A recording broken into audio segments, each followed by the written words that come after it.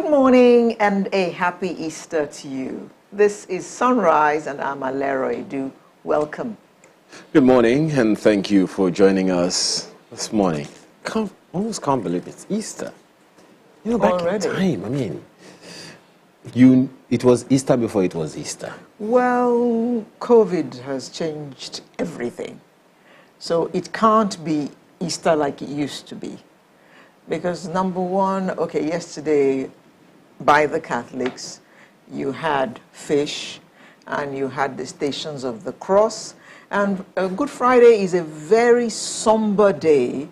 And you looked forward to the joy of Sunday, the partying, the going to the beach on Monday and all that. But well, COVID has made sure that none of that is going to happen. Incidentally, it even feels like it's been way before COVID. You knew it was Easter from Palm Sunday. You knew it was the week of Easter from Palm Sunday, the build-up, the excitement, that's the second time in the year that as a child growing up, you looked forward to eating rice. Christmas Day and Easter Sunday. Christmas Day and Easter Sunday. Rice and chicken. And you always looked forward to Galilee on Monday. Yes. Yes. And all those, yes. I don't know. Yes, indeed. All the little ones today, I don't know what fun you're catching, but whatever it is, catch it. Well, they're all on the internet. And they always ask us, so what did you guys do as children? There was no internet, there was no television was probably on for 2-3 hours a day. So what did you all spend your time, your whole day doing? Did they know that we had iPad called Slate? Your slate and your chalk. The chalk was the stylus? And then as I said, parents used to sit us down and tell us stories, and they said, oh, story. What is that? Oh, Christ. What was that? And I said, well, but it was fun. Like, okay, and then we were outside playing. Playing with what? I said, we would do 10-10. What is 10-10? Ah, Jesus. Then you would do Amai Su. Then you would do Suwe. And the boys played They with would tire. look at you and, what are you talking about? So you would draw lines on the ground and you'd be going from one little partition to the other. Were you all mad? I said, no, it was fun actually. So, oh, okay. Did they know that what the boys did? We played Omoliri. What's Omoliri? Oh, Christ. Are you so young that you don't know? Omoliri was the plastic football. Felele. No, there's rubber. Felele is rubber. Okay. Then there is plastic, which is Omoliri. With your milk tin goalposts. Yes. And how do we know the different teams? One is with shirt, one is without. Oh. Oh, yes. Okay. That's how we did it then. Anyway, whatever you decide to do this Easter, please just stay safe and remember that there is still COVID. Please use the sanitizer, wash your hands, wear your mask. Absolutely. And of course, that can't be social distance. That can't be emphasized any more than we already did. Something else that comes with Easter is food. I talked about it the other time. You know what caught my attention in the course of the week? I think I know what it is. Which is? How much we're spending on food importation. Am I correct? 1.89 trillion naira. Importing all kinds of things. The entire food value chain. And we're spending, according to the Minister of Agriculture and Rural Development, more than $500 million, or is it 500 million naira, on importing dairy products. Dairy products. And yes. I'm wondering. So what's happening to the milk from our cows here? We can't process it. We can't turn it into cheese and all that. Whatever it is. When was the last time you had? I don't know what we call it in English. We call it wara. Wara. When was the last time we had it? you know, even if you got it now, when was the last time you had the authentic one? But, you know, looking at that entire value chain, years in the... That's Fura Donono, right? Yes. Then back in time, you know, was in the government of Ambode in Lagos that he said we were spending something in the region of 50 million or 50 billion naira daily on the food value chain in Lagos. I'm like, wait a holy, that's business. So rather than sit down, money. I'm telling you, rather than sit down and complain about what's working or what's not working, get into the food value chain. Now, for us to be importing 1.8 trillion, 1.89 trillion, that's almost 2 billion. 2 trillion, sorry. 2 naira trillion. of food into the country every year. And that's the official figures. You can imagine the ones that are not documented, you know, in the books and stuff like that. So I'm just wondering, are we even thinking as a nation? Because if we spend, that's literally exporting money. Exporting money and importing things that will not give us production. And this list of things that we import, it does include some really ridiculous things. But we shall not go there. We should all just remember that they say that if you want to go into business with food, you cannot go wrong because people have to eat. Rich, poor, blind, lame, everyone has to eat. I'm talking about importation. You know there is a ban on importation of foreign rice or importation of rice into the country. Yes.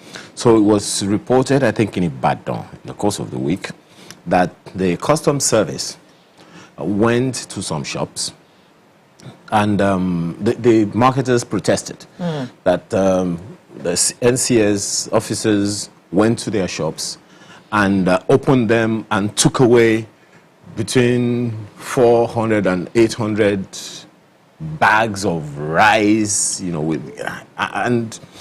the first thing that came to my mind, wait a minute. It came through the borders that you, man. I wasn't going to say that, but now that you have said it, I have said it. How did it happen in the first place? And then when asked, according to the reports in the media, and I think the NCS ought to, as a customs service, ought to come out and let people know exactly what is happening.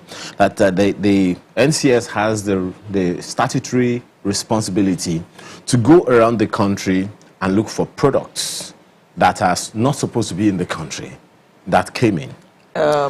Exactly. Okay. So I went and checked what are the statutory functions of the NCS. You can just Google it.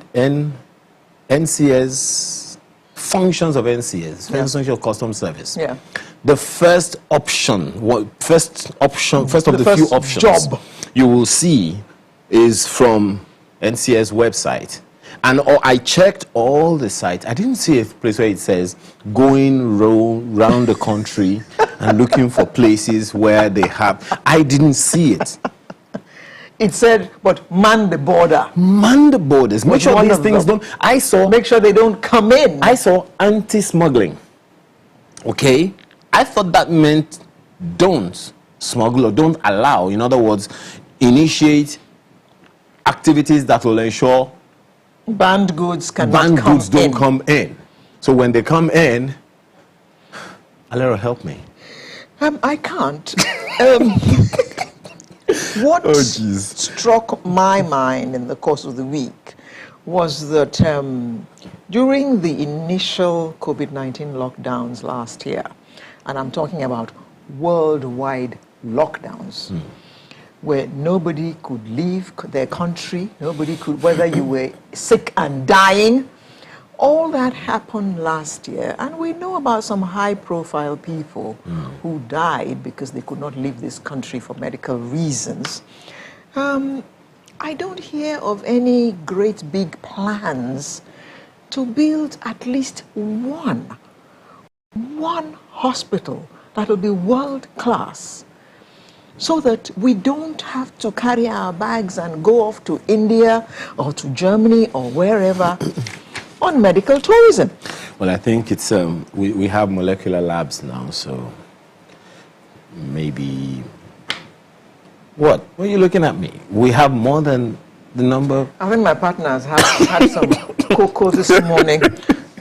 Yes, what are we going to be talking about on Sunrise this morning? Well, quite a few things. One of those disturbing, almost perennial, almost intractable issue of the Apapa gridlock. You're calling it Apapa again. Okay. Yes. Then we shall look at the resident doctors who are back on strike, NARD. Question you want to ask is, what is the issue this time? Stick with us. Then there is the NQR payment system. What does that mean? Just stick with us. And then, of course, it's Easter. We must talk about Easter. The message of Easter, the meaning of Easter. And, of course, the artist of the week. Who is it? He or she? I think it is a he. He is a he. He is a he. Well, so that's our menu for this morning. So get whatever pleases you, whether it's cocoa or cocoa, you know, just make yourself comfortable. And our Twitter handles and all our media, whatever will be on the screen soon so that you can be a part of the program as well. See you in just a second. Thank you for joining us or staying with us. Well, we've only been on air 14 minutes, so thank you for being there. Now let's get the show on the road. The conversation regarding when the Apapa, according to my partner, gridlock will come to an end continues to linger despite all effort of government, and we're talking about government at all levels. When will this come to an end is a good question. I used to live in Apapa, so I know that it was a decent area in those days. It was highbrow. Businesses have moved out of there, even people who live there. This has given them a reason to go find accommodation in other places. To get to Apapa, man, you will spend, what, how many hours on the road? Between Ijora and Apapa proper, Apapa GRA, you could be there for 3, 4, 5 hours. That's just talking about one of the routes. And we're not even talking we're not talking about the adjacent connections, residential areas. That's not as highbrow as the old Apapa, you know, that we had at the time. So there was even a presidential task force to look at this and clear all those trucks off the road. But, well, here we are. They are still on the road. There's still congestion in that part of town. But, hey, what do I know? Professor Samuel Odenwume, who is Professor of Transportation, is with us this morning to tell us more about it and maybe help us proffer some solutions. Thank you. Good morning, Professor. We also have Mr. Adeleye Adegoke, who is an exporter and a fleet owner. Fleet of trucks.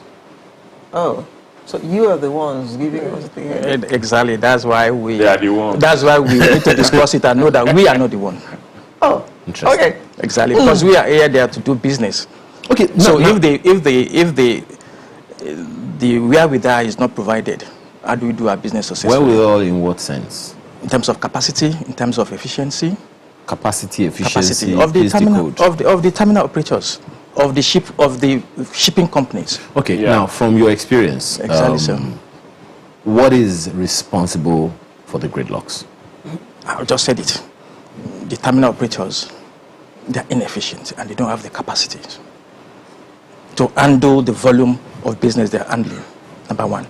Okay. The ship owners, the shipping companies, and the ship owners. Let me say, ship owners. There is a policy by MPA that you must put your empties in the holding bay. Now, how many of those shipping lines do have a functional shipping holding bay? And even when they have, how much do they charge to drop an empty? It's supposed to be free. But rather you see a station whereby, you see a station whereby people still drop empties in the terminals, occupying space. There is the issue of also overtime cargoes in the terminal also. No, it's garbage in, garbage out. Okay, we'll come back to you, but Okay. Prof, do you see any effort of government in the nearest future putting a seal on this gridlock? Well, when we are ready, for now it is one step forward, two steps backward, one step sideways, walking like a drunkard. There's even sideways there. There is sideways. And it's very tragic. It may sometimes look funny, but it's tragic that Nigeria, with all the brain that we got in logistics and planning, cannot solve a simple logistic problem. But as you mentioned, critical is a lack of capacity inside the port itself by the concessionaire. You see, because the level of movement will determine on the turnover, the throughput inside the port. Exactly. Next to that is the issue of this new call-up system and holding base. And Prof, yes, just before you go on, the first point you made, yeah, NPA is the one that runs the ports. through the concessionaires. Yes. So Yeah. are you therefore saying that NPA is not aware that the concessionaire is inefficient so that they can either change the concessionaire or whatever? They are aware. They are aware of capacity. You see, for instance, if you need to handle 100 and you are doing 30, definitely there is a problem of capacity. Interesting. Look at what was done the other day. It's like cutting the head to solve headache problem. Okay, you Prof. stop all people Exports. exports For 2 weeks. for 2 weeks. Prof, just put a comma there. We need to go on a short break and we'll come back and continue this discussion. About to embark on its maiden major export voyage, transporting 7,000 metric tons of cocoa, the commercially valued commodities loaded onto the ship at the Calabar port, setting off a landmark economic activity for the people of the state. With concerns over port congestion in Lagos, the once abandoned Calabar port is coming alive again as a necessary alternative for freight services to promote Nigeria's export aspirations. And the Cross River State government believes with further dredging, larger vessels can berth. There's going to be a lot of activities. Nigeria has signed the agreement, the AFTA agreement, African trade, continental trade. So we are actually in the center of economic growth.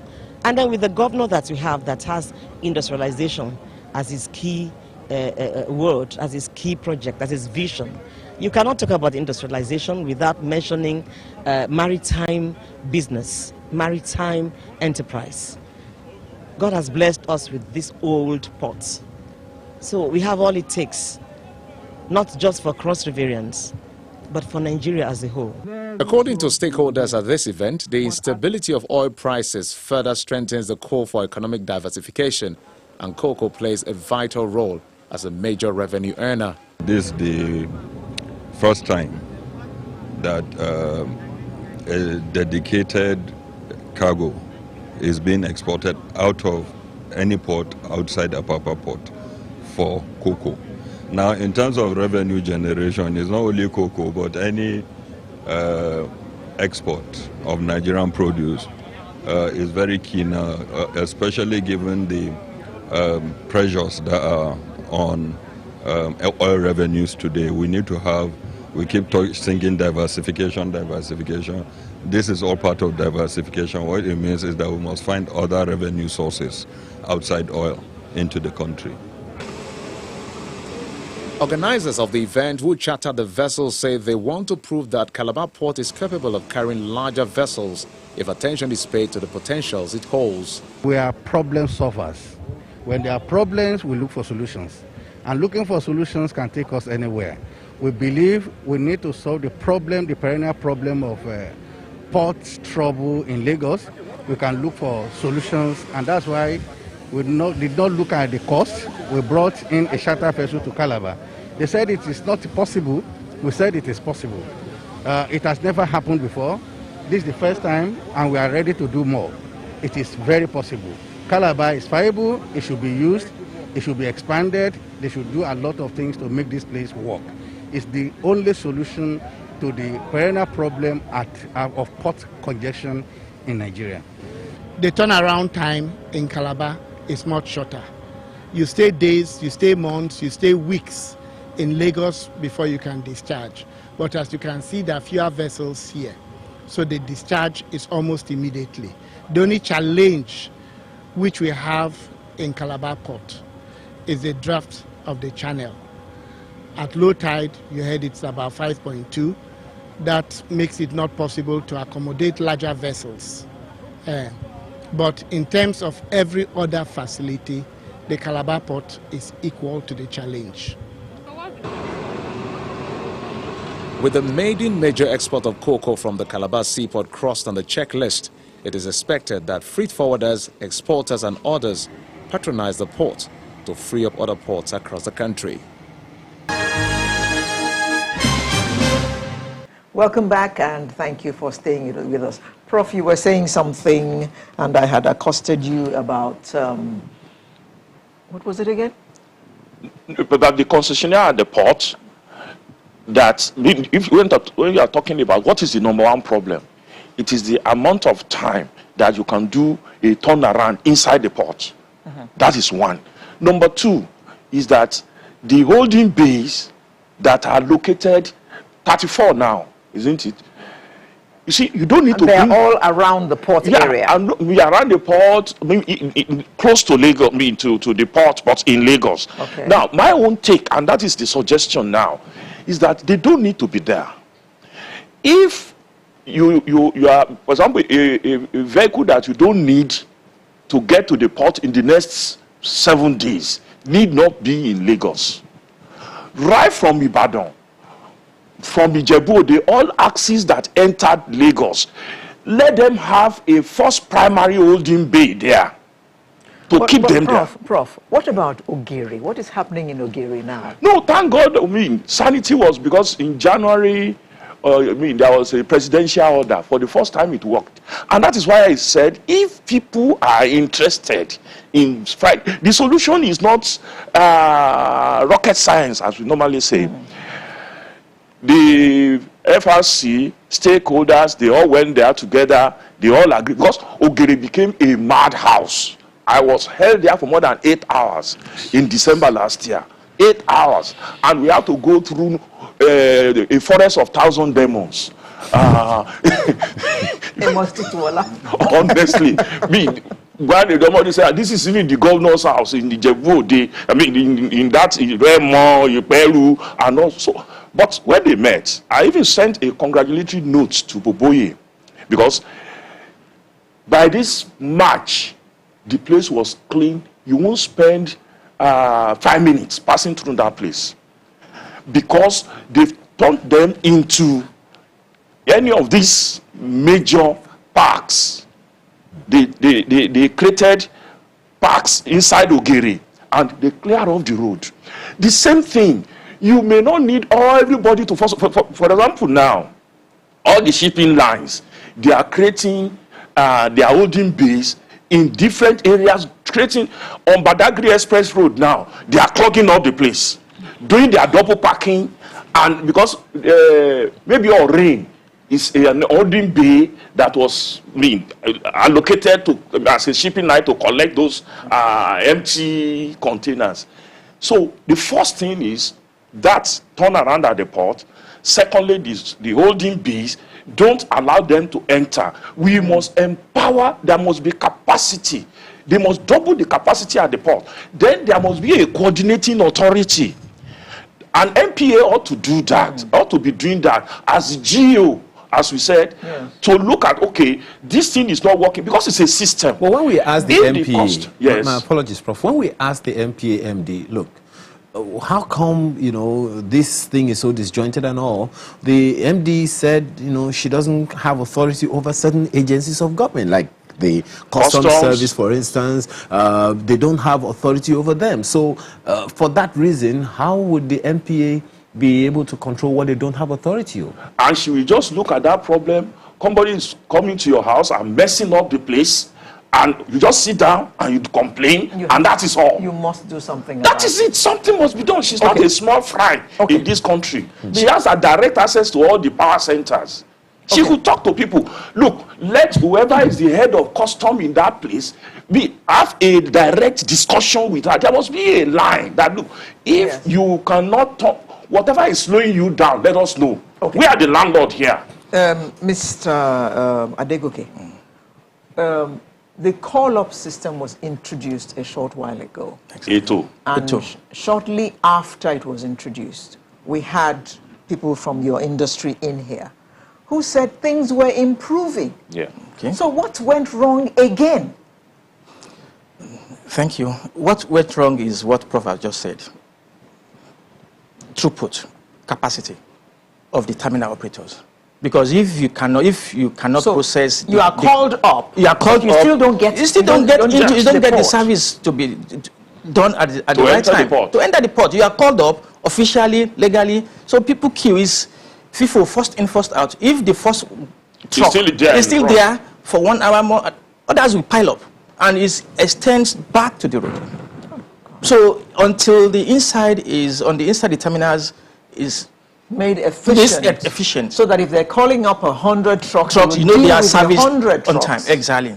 Not that you just call up and they cannot really process the containers. Okay, well, Mr. Kawade Okwefa has since joined this conversation. He's the former Executive Vice Chairman of the Presidential Task Force on Restoration of Law and Order at the port. Thanks for joining us this morning, Mr. Okwefa. He joins us from Osun State.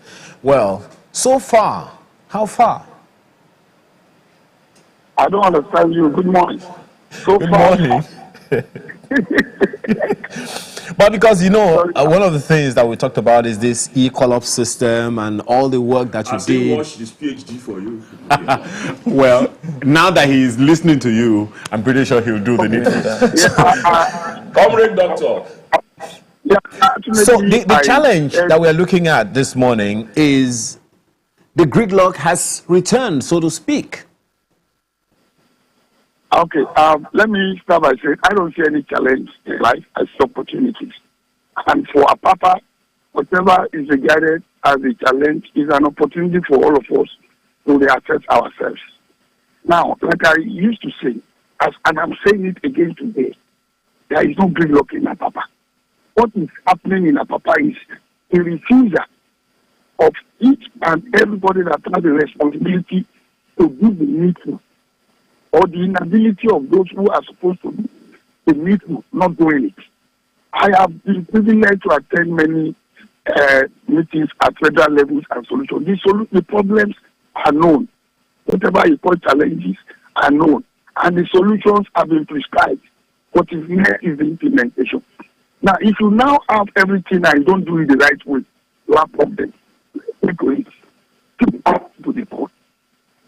Legally, like the other man said, and they could not enter the port. That tells you the problem is from inside the port. So you go into the port. What is the problem in the port? The problem is too many containers, too many goods are lying inside the port. The port is about a space, and the space is no longer efficient for operations. So there are terminal operators. The government was running it before 2006. It was concession to private sector to bring in efficiency. It's like the efficiency is not good enough. So somebody must take responsibility to get that efficiency to a high point. Now we now know our efficiency. Don't call more trucks than your efficiency can handle. That was what we were doing. If the terminal operators are not going to take trucks, we don't allow trucks to come close to the port.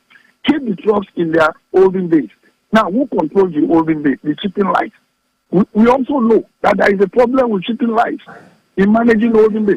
Let the government agency that is to regulate them do the needful.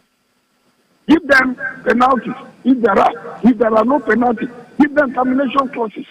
Get them to be efficient. So I don't think, and then when we talk of Gridlock, we also need to be thankful. We used to have trucks up to Maryland, up to Oshodi, and I don't think that's the situation now. Now, we also need to be mindful of this. When the media escalates issues beyond that, you also have problems. For example, I read in a newspaper just 3 days ago that it costs 1.5 billion to move goods out of Apapa. That's not correct. It's just about 350,000 naira. Maximum 400 from Tinkan. From Apapa is about 300, 270. So when the media also escalates and exaggerates the cost speculations, and more people will be struggling to evade the law, then finally, the issue of enforcement. Everybody who has a regulatory authority should enforce the law. The last March should enforce the traffic rules on the road. If a truck is not supposed to be on the road, regardless of whatever is his problem, don't allow him on the road, get him out. Use minimum force or acceptable force, get him out of the road. If a terminal operator is not working well, let MPA, Chiefs Council, or whoever has authority to get them to work. So I will not give credit to the Office of Vice President. They have analyzed all these issues. They have told all the agencies what to do. And I have a document that was given to government on this issue on October 7th. It said 19 things. So if you can hear me, yeah, just one moment, Mr. Okwefa. Now, you've talked about efficiency and the fact that there are a number of agencies that are working, at the ports. Perhaps the challenge, as Professor mentioned, Professor Adeomi mentioned a little while ago, one of the challenges could be that there is no central coordinating authority. Because, for instance, the NPA MD has said that because she doesn't have the customs service don't have a reporting line to her, and so consequently it's difficult for her to say, do this or do that. They are doing their statutory jobs and all of that. So perhaps one of the challenges there is that there is no central coordinating authority. According to reports that we've heard previously, there are about 34 different bodies, that are working within the ports, private and public. So, if there is no, central coordinating authority to whom all must respond, then there is a challenge, don't you think? And anyway, Mr. Okwefa, do we need 34 agencies at the port? Oh dear. Well, actually, the 34 bodies are, his organization and several private sector, all bodies working, associations, unions. We don't need so many. And so on. I'm sure we don't need so many. Okay, so that's a challenge, that you have seen right there, Mr. Adegoke. And one wonders, maybe everyone is so much interested in making money that we do not see a common vision of contributing to the economy. Well, the vision to the economy, we say, is lacking to the Nigerian economy. You know why I say so? It's because, one, prioritization, we need to prioritize what is good for Nigeria as a country and what is not good. Prof said something earlier, holding base, empties. Why allow more empties into the port than export? That will give us for FX, that will give us more revenue, that will give the government more revenue. But you see empties moving in, day out, in large numbers. So if the empties have gone into the port, where would the exports stay? Empty refrigerated containers will be allowed on a fast track. Empty, please mark my word, empty. Exports that are perishables are being told to wait. Are being kept for 2 weeks. No, let's look at, is that a common goal to develop Nigeria? No wonder some of our exports are rejected. Are rejected all over the world. Their destination. Because you stay 1 month before you even get to the port. How long does it take the shipment to get to final destination? So if there is a common goal for the economy, then we need to put our processes in order. Okay, Prof. Yeah. Mr. Okwefa said something which I was going to take him up on, but we don't have him back online yet. I understand he's back. You can take him up. Oh, okay. Mr. Okwefa, you said there are more, they call up more, the port concessionaire calls up more people than he can deal with in a day. From your experience, and maybe you even wrote it in your report at the end of your work, regarding the Apapa gridlock, how many containers do you think that the concessionaire can deal with per day? And did you advise that only that number be allowed in per day? Okay, I will answer that, but let me quickly answer the previous question also. There's nothing wrong with artificial agencies. That's the way the port is structured all over the world. What you have is a single window. What they do in every port is to have a single window operating system where everybody reconciles issues electronically at the same time. Now, we are not fully electronic. That's the problem. And I'm aware that the government is planning to get that done. It was the day of March 2021. We are already in March 2021. We need to quicken that up so that everybody sees it at the same time. Now, on the issue of central authority, no. What we need is that single window, and everybody will operate from that window, make your booking, make your annual TV, and the electronic system is screwing up everybody, and that solution is available. Central Bank is using it. I believe NNPC has acquired one, the Petroleum Sector has acquired one, and I'm aware the Nigerian port system, the maritime sector, has also concluded to have one up this year. That will handle that issue. Then on the issue of calling trucks, the call-up should start from the terminal operator who needs it, and they should be truthful. I believe they are not truthful.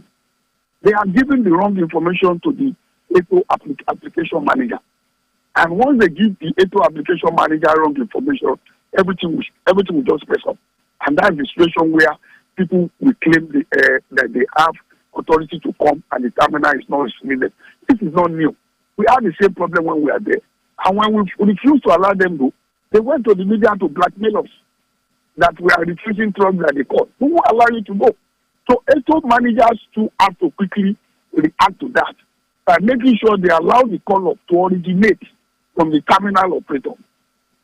If they are not doing that now, I believe it should be. If they are not doing that, the call-up should originate from the terminal operator. It signals that he wants to take 10 trucks.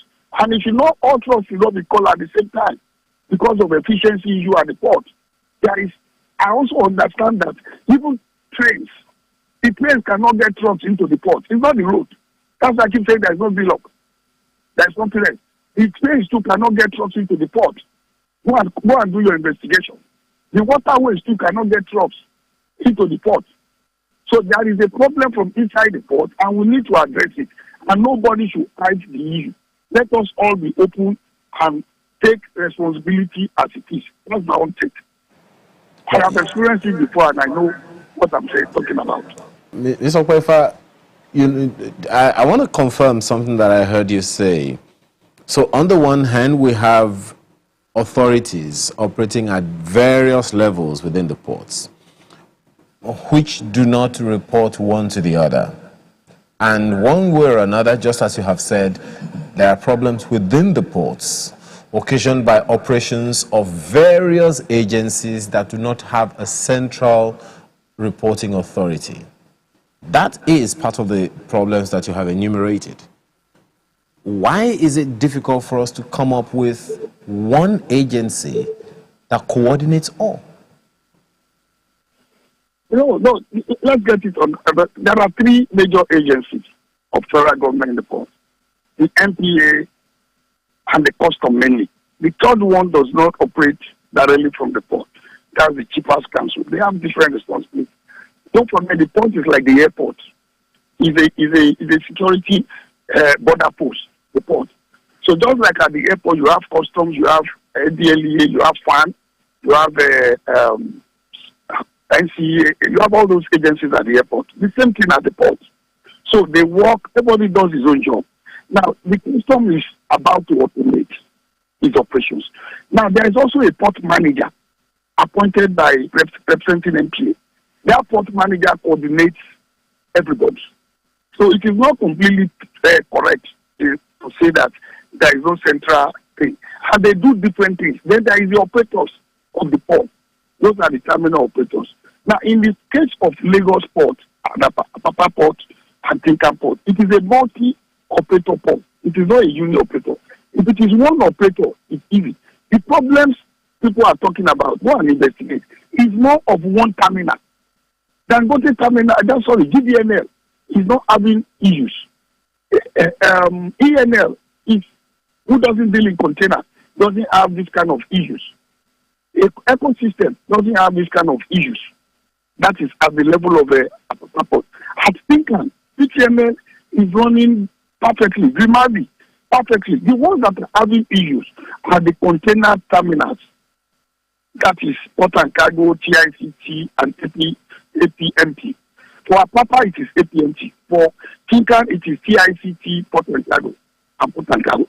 So those are the areas. Then you now come to the issue of container. So if you don't solve the problem of container, again, which a document was produced when we were there, we knew we need to do a document before we went there.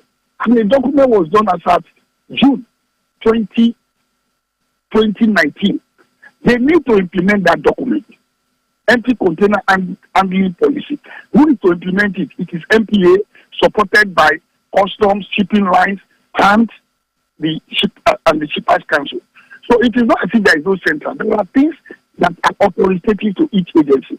So let everybody do the thing. Now, coordinating is the Ministry of Transport. So there is a Ministry of Transportation there, coordinating everybody. They are all agencies under transport, except customs. That is there. The police command in the port is under the authority of the MPA. An MPA has appointed a port manager and a traffic manager who oversees all these issues we are talking about. So I think that is that. However, with technology, you know how what you call the single window. With the single window, I can sit in my house, make my booking through the terminal operator to come and drop my container or pick my consignment. He gives me an appointment. Before he gives me an appointment, he's going to make sure customs has cleared me, all the other agencies has cleared me. Then he gives me an appointment to come. Then when he gives me an appointment to come, he's not in control of the electronic system. Somebody else is controlling that. So the thing is well done. So I think we are making progress. What we need to do with the issue of gridlock or congestion, I don't see gridlock. I just see mismanagement of resources, mismanagement of authority, mismanagement of capacity, media mismanagement as well. Media mismanagement as well. Misinformation. I also see greed. I also see corruption. All this. So once you can get everybody to sit on the same page, nobody should pass buck. Let everybody work. If there is a problem with an agency, let's work together to make that agency more efficient. If there is an agency that is not efficient, I mean one of the operators is not efficient, let's make him to be efficient. If it's not efficient, you invoke your penalty clause or your termination clause, and then an MP has done this many times. Shippers Council has done this many times. So those are the areas we need to get to. Mr. Kwaifa, from what you have said and what from the people who are involved have said, it looks like one of the main problems is the port operator. So if that be the case, and you have mentioned termination clause and all that, does he not have a termination clause? We understand he's been read the Riot Act since April last year, but he's still there mismanaging this particular thing we're talking about. Now, let me also say this. Even when they are not, even if any terminal operator is not efficient, even if any of the system is not efficient, that thing do not get to Gridlock. We managed this thing for 4 months. There were no trucks on the road until there was a struggle from within to make sure the thing is not perfect. So it is possible, even when any operator is not doing well, or custom have issues, or there is a accident on the road, that should not translate to Gridlock. What we are calling Gridlock now, let me put it that way, is we are calling the inefficiency of some people Gridlock. We are calling the inefficiency of our system Gridlock. So we also need to understand that even on the water, those that have brought containers or who wants to move from the waters are having challenges. Those who are moving by the train, if you want to move by the train now, the train people will tell you, make sure there is a consignment to take out. So why should they be considering that? I want to drop my consignment. There should be a system that allows, a logistics system that allows somebody who wants to take out, to take out. But the issue has to do with the entire port. So it's not, I don't know how else to describe it. I don't know how else. If you want that thing to leave, if there is any congestion or you want it to leave tomorrow, to leave. That's why I keep saying the traffic management authority of the state should do the needful. Get those trucks off the road. If they're off the road, let them go and complain to the person who asked them to come that you are taking them off the road because they are not. And Lagos State government is doing that. So they should do more of that. And then the government at the center, the Ministry of Transport and the federal government should call everybody to sit and tell everybody, get to your efficiency level. I believe there shouldn't be any. Mr. Kwaifa, how difficult is it to discipline the concessionaire who seems to be the cause of all this? I'm not government. I don't work for government. I'm an individual. You were on the presidential task force. No, I'm not a lawyer. I can't say that. I think those issues should be asked. I just want to stay away from that issue. I'm very sorry. There are contracts and there are MOUs. Whatever it says is what should be done. But I'm not a lawyer. When you say that some people are being dodgy, they're dodging their responsibilities or shifting their responsibilities, which people are you talking about? No, I'm not talking of any particular. I don't think I ever said that. But what I'm saying is that every agency of government in the port has a responsibility and an authority. Every operator has a responsibility and authority. There are rules of engagement, and there is a Ministry of Transport. So, and everybody is under the same federal government. There are operators, there are transporters, there are truckers. Which also, so everybody should do what he needs to do. Sorry, I keep saying this thing. We were there for like 15 or 16 months. This thing was not there after 2015. It came when the traffic management system was compromised by the killing of the last man staff.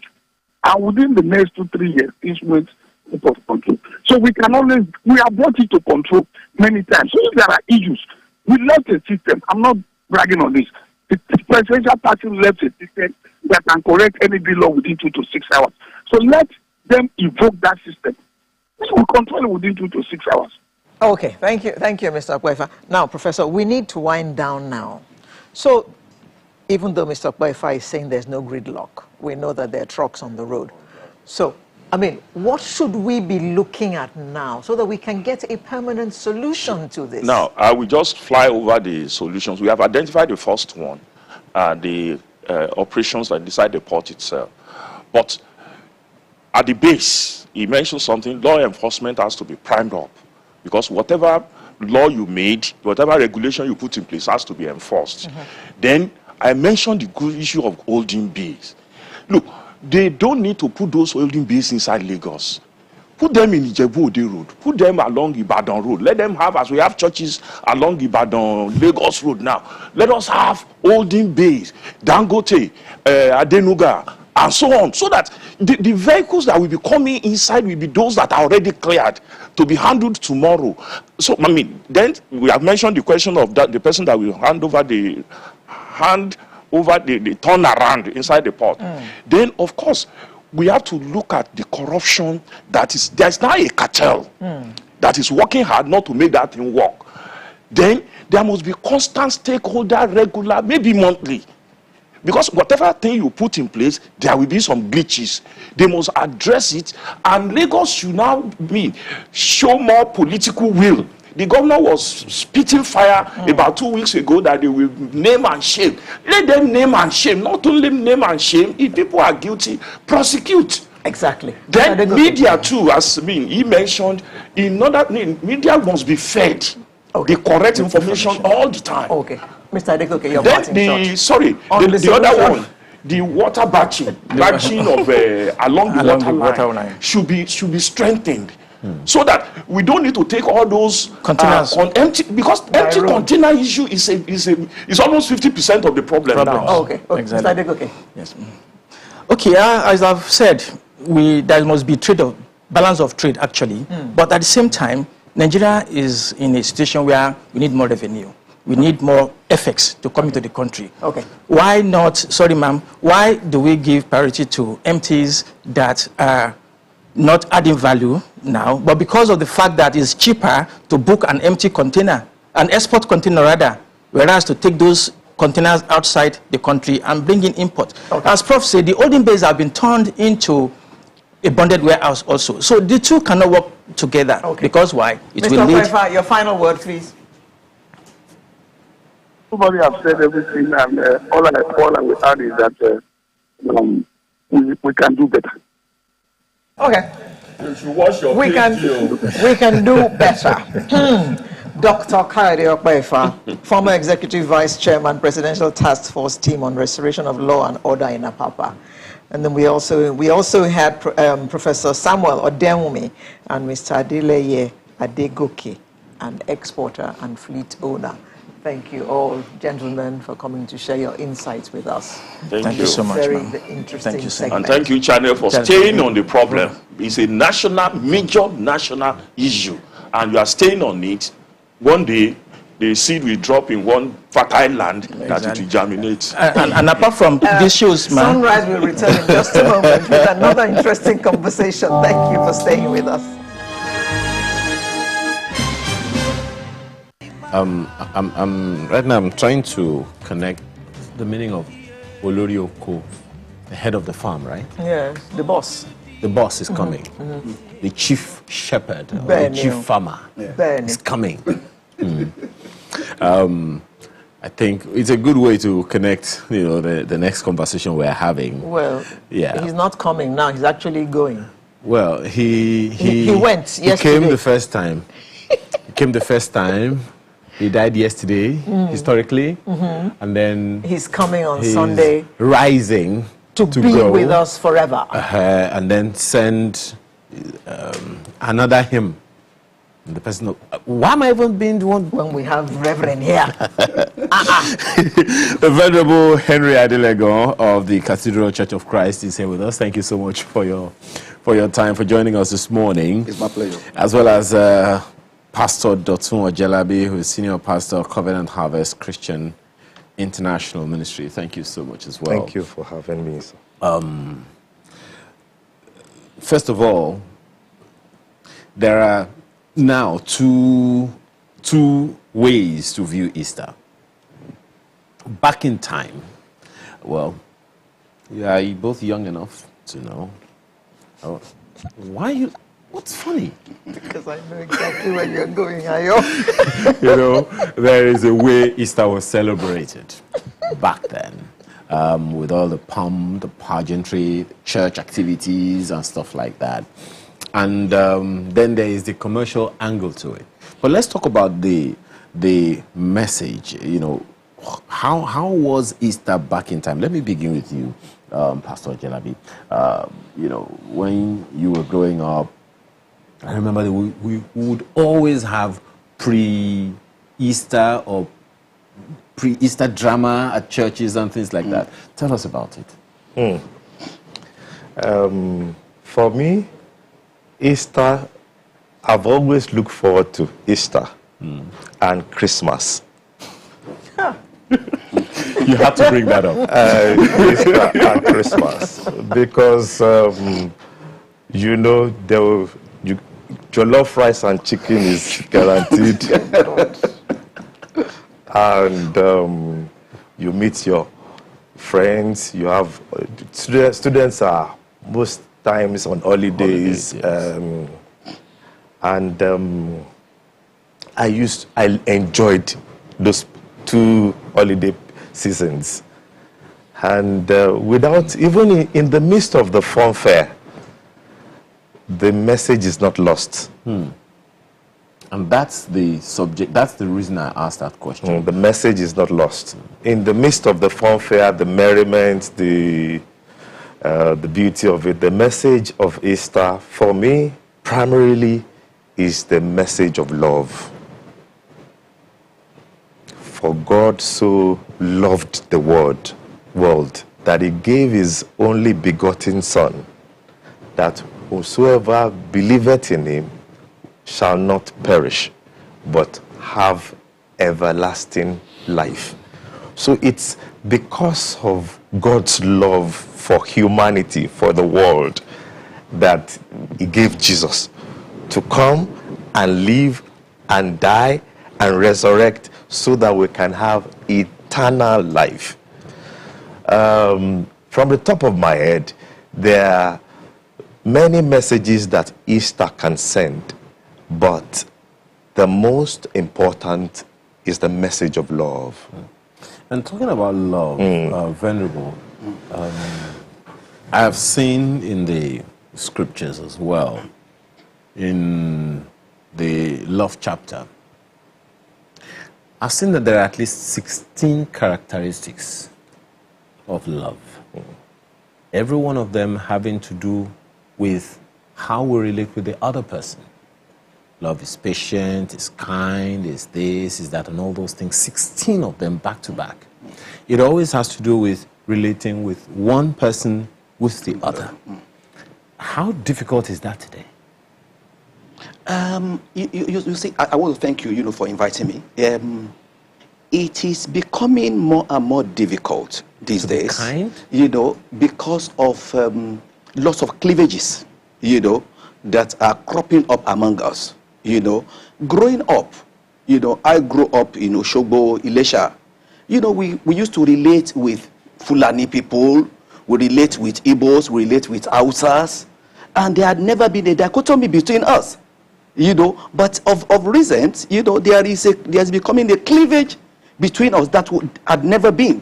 Besides that, let's look at it from the religious perspective. Some of us grew up among Muslims. And when it is Easter, the Muslim will come to our house, they'll come and eat. During Christmas, they'll come. When they are doing Ileya, we'll go there, we eat meat. We're always looking forward. But now, the cleavage is getting deeper. Before you go off that food part, the message of Easter, as you said, is love. Yes. But now, the cleavages are becoming so strong. Religious cleavages, ethnic cleavages, and so many others like that. How did that come to be?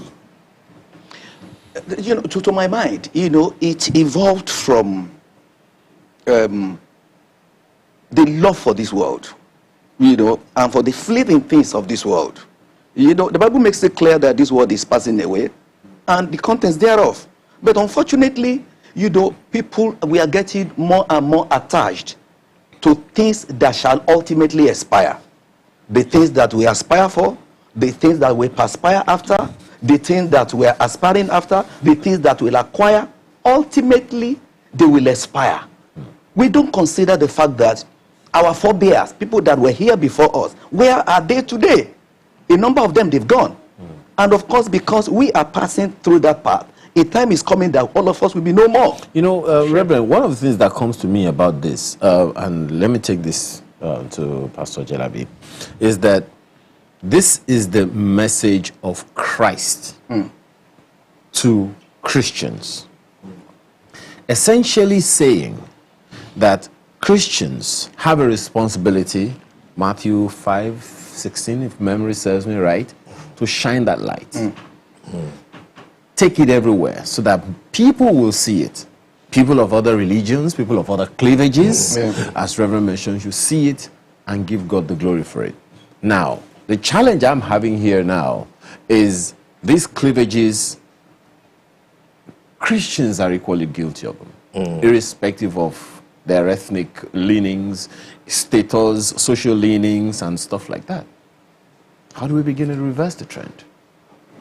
Okay, maybe I should look at it from this point of view.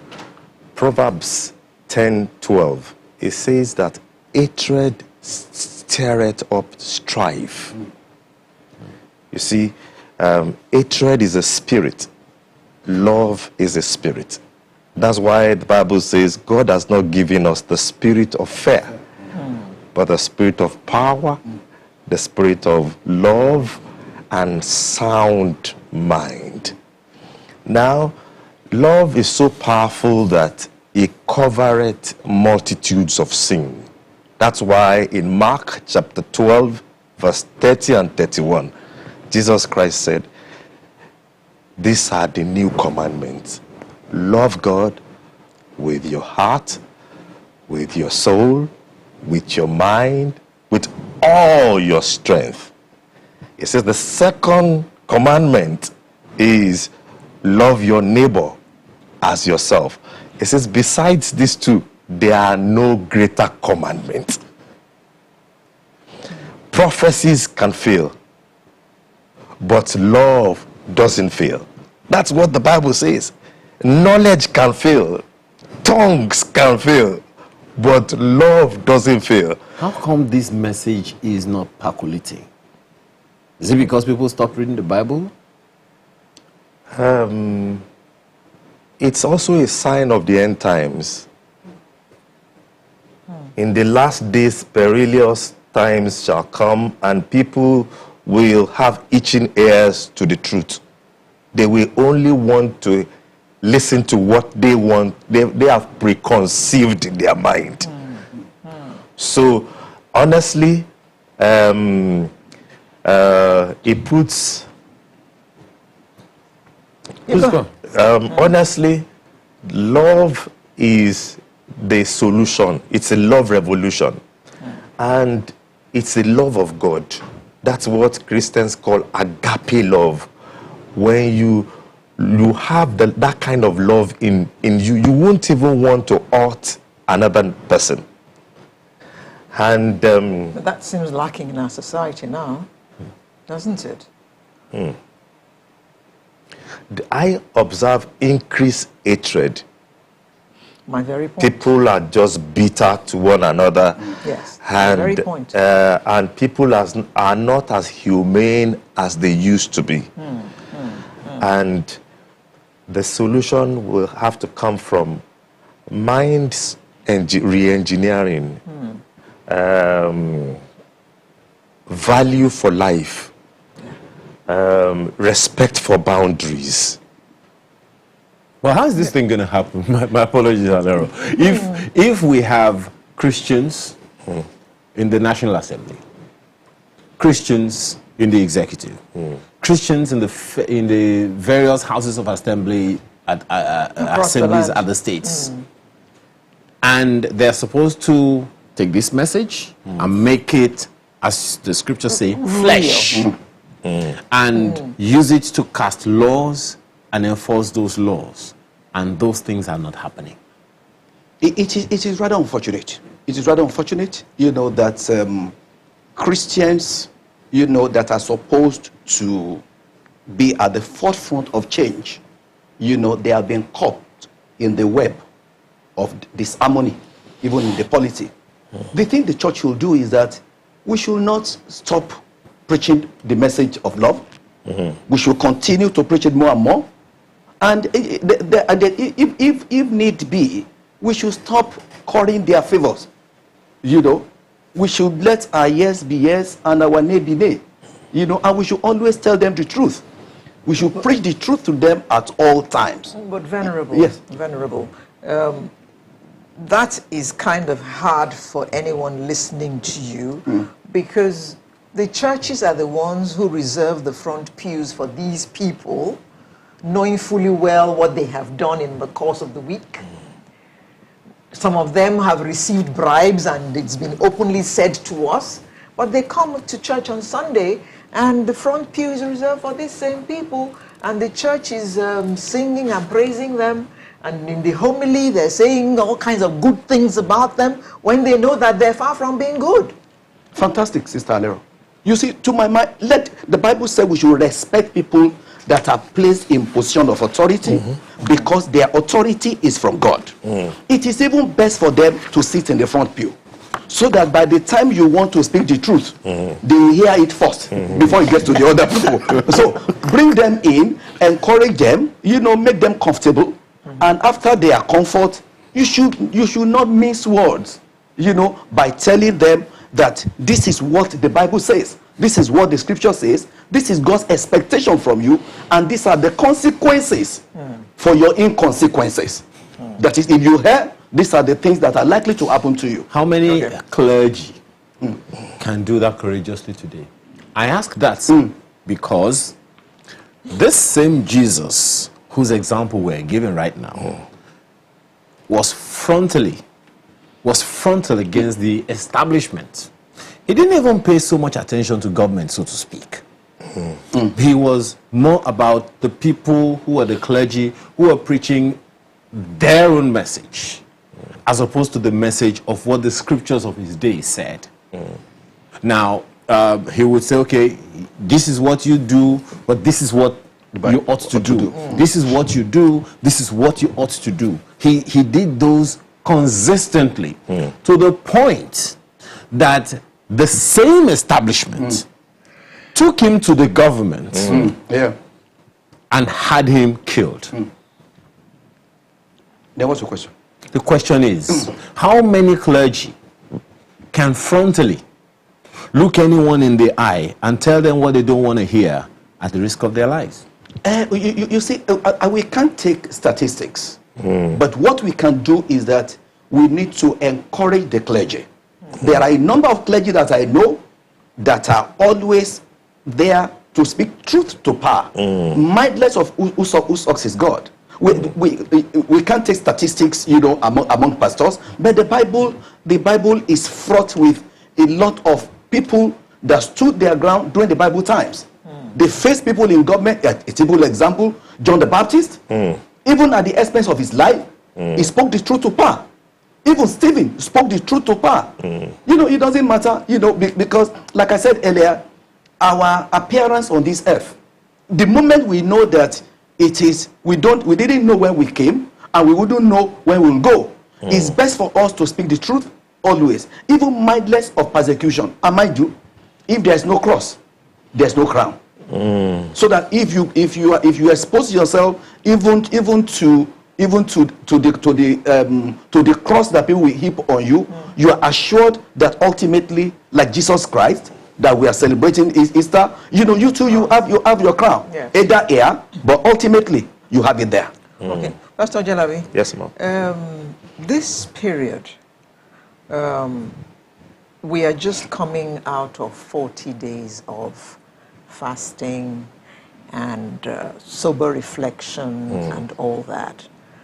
As a rule, every year this happens. 40 days of Lent, and then Easter, and the rest of the liturgy.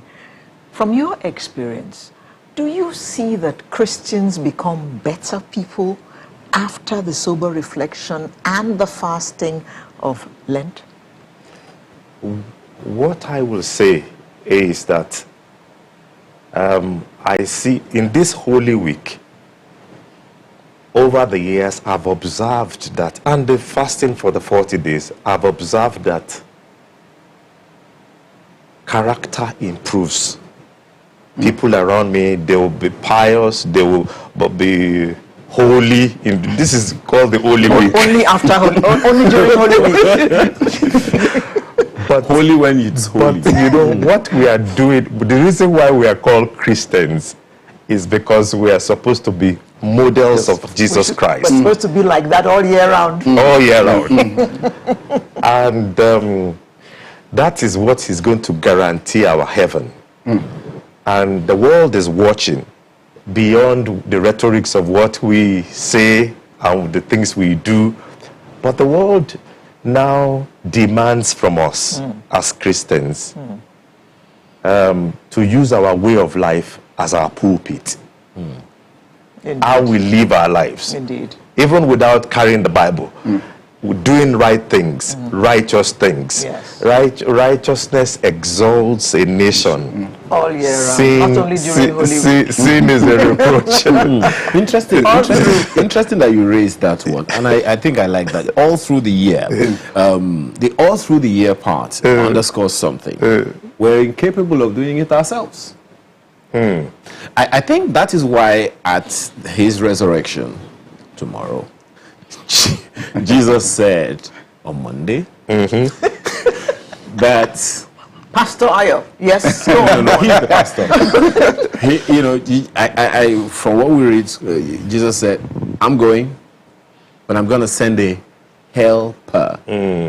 Most of the time, it would seem like everything ends after resurrection. that capacity to sustain the righteousness that you talked about all year round, as Alero mentioned, is the Holy Spirit. True. But even the knowledge of that fact and embracing of that fact seems to be a little far from the mind. The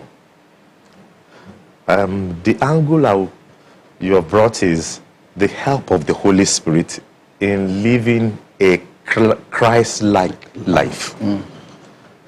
And it can't be overemphasized.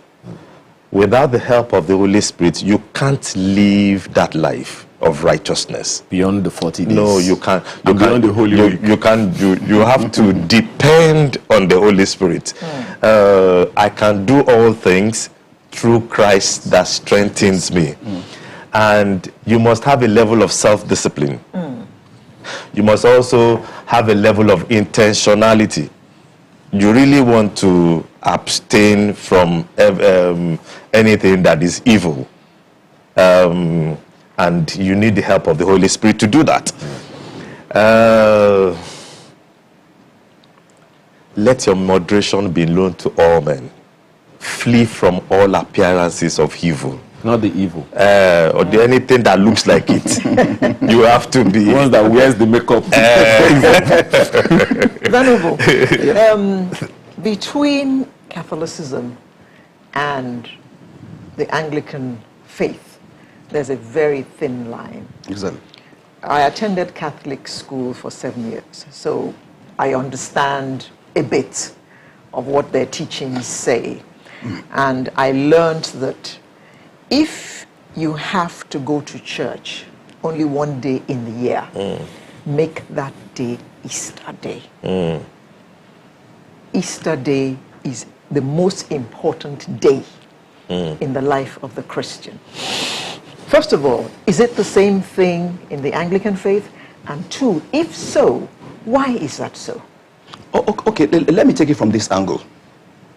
In the Anglican church that I represent, you are expected, to worship God every day. No, I meant to say go to church. You pray at home. You're supposed to pray at home every day. Then again, you are encouraged to come to church every Sunday and every days of worship. And I want to believe that it is the same true with the Catholic Church. But I am speaking, on behalf of the Anglican communion that I represent. It is, you see, something about coming to church regularly. It is because it's the word of the Most High God that you listen to that is capable of transforming lives. Like one of the message of Easter is about hope. It's about hope. Hope of life here and hope hereafter. It is when, and the Bible says that faith cometh by hearing and hearing and hearing and hearing the word of God. It is not only on Easter Sunday, although Easter is very, very important. Easter is very, very important. People are encouraged to come to church on Easter, but more importantly, you must come to church at every Sunday and every times of worship. Now, Pastor Jebelabi, we're winding down, but let me ask you this. Ultimately, it's about lifestyle, just as you said. We pray every day. I don't even know if people still believe in their own prayers anymore. Because as soon as you surrender it to Christ, you pick it up right after you say, in Jesus' name, amen. But you see, taking that, going into the world and living the way we are expected to live according to what scriptures say is one thing. Confronting the daily challenges that will make that experience difficult is another altogether. Help us find a balance. As another message of Easter is a message of ultimate sacrifice. Jesus paid it. Paid the ultimate sacrifice. He laid his life down so that we can have life. Now, Jesus has demonstrated that that kind of life is possible with us. That's why he came He lived 33 years on earth. He was denied. He was betrayed. Judas Iscariot sold him for 30 shekels of silver. He even obeyed the death of the cross. He humbled himself to obey the death of the cross, and God gave him a name that is above every other name. At that name, every knee must bow. So it's possible if you're ready to pay the price. Just like Jesus did, the second message of Easter is ultimate sacrifice. We must live a sacrificial life. We must be ready to die to self, deny ourselves. And for me, aside from the message gospel that we preach, our way of life is another gospel. How we live that life and live it well. Be an example. Yeah. So I'm just wondering how it is possible to lay my life down, but we have to continue that conversation another day. Come on, yes. Lay my life down. Well, perhaps for you watching us right now, that is the next sermon. That's something you should. What does it mean to make a sacrifice to other people? Because without that, what the reverend gentlemen are telling us is, unless we are willing to give it up for other people, we might not find life the way we really want it. But for now, we have to thank you so much, gentlemen, for being here. Venerable Henry Adelegon of the Cathedral Church of Christ, thank you so much for your time, as well as Pastor Dotun Ojelabi, Senior Pastor, Covenant Harvest Christian International Ministry.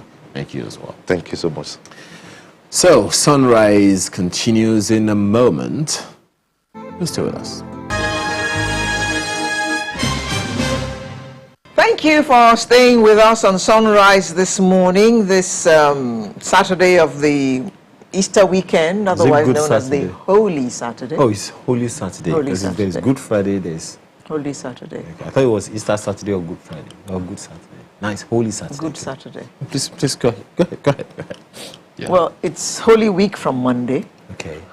Up until today, and then Easter Sunday. You know, you don't want us to go into this argument, because why is it not Holy Friday? Just saying. We have a doctor waiting. The National Association of Resident Doctors, NARD, commenced an indefinite strike during the week. You must have heard that negotiations have been going on, but unfortunately, no compromise has been reached, so the strike continues. We have joining us this morning Dr. Julian Ojebo, who is immediate past first vice president of the National Association of Resident Doctors, and he joins us from Abuja. Dr. Ojebo, good morning. Good morning, Alero. Good of you to join us today. We heard the Minister of Labor last night. What seems to be the problem? Why can't you all come to an agreement? There is a pandemic now, and now more than ever, we need you to be at your duty posts saving lives. Thank you, Alero. Good morning, Makinde. At best, I would say what the Honorable Minister for Labor and Employment, distinguished Senator Chris Ngige, said yesterday was to us like comic relief. We would actually think that someone as distinguished as the Honorable Minister will tell Nigerians the truth and nothing but the truth. The Minister did say that the National Officers Committee signed a communique after the signed the dotted lines after the conciliatory meetings, but he forgot to also add that the National Officers Committee at that point did tell him that they were going to convey the proceedings of the conciliatory meeting to the National Executive Council. They were the ones that said the doctors should go on strike. The decision was solely by the National Executive Council, and that decision was a unanimous decision because the Nigerian doctors are actually tired of the back and forth that the government has done over time. It's actually shameful, disgraceful, and embarrassing that the Honorable Minister would say that he pays for our textbooks. It's pitiable because his son just graduated from medical school, and I hope that in no distant time his son will be joining the bandwagon of those doctors that will be trooping to the United Kingdom and the United States as a result or repercussion of failed government, of failed governance. And I'm sure he will not come back to the table to tell us that the reason why there's brain drain is because there's a fantastic remuneration, as it were. He also did mention, sorry to go there, he also did mention that doctors in the United Kingdom and the United States of America actually pay to go for exams. That is actually falsehood, I would say, in its totality. Falsehood in the sense that I would ask the minister, he should tell us the total number of residency spaces in the Federal Republic of Nigeria. In the United States, it sits about 31,000 yearly that are being matched. In the United Kingdom, it's about 16,000. So where did he hear that resident doctors pay abroad? In fact, if you train in the United Kingdom and you want to go to the far north, you're being paid 15,000 Great Britain pounds for you to move. Sometimes this trust can also give to you between 20 and 30,000 Great Britain pounds for relocation of your family. He also did say that following conciliation between his ministry and NARD, that they paid the sum of 32 billion naira to all health workers during the first period of payment for COVID-19 inducement allowances. That is also another falsehood. No Nigerian doctor, pardon me, Dr. Ojebo. Pardon me. Close to the 500,000 he alleged that we earned during the period of the pandemic. That's another lie. So, pardon me, Dr. Ojebo. Resident doctors went on strike in September, ostensibly for the same issues that they're going on strike for this time. So between September and now, what happened between resident doctors and government? Thank you so much, Alero. I think this should be the question that the minister should be answering and not playing to the gallery like he did last night.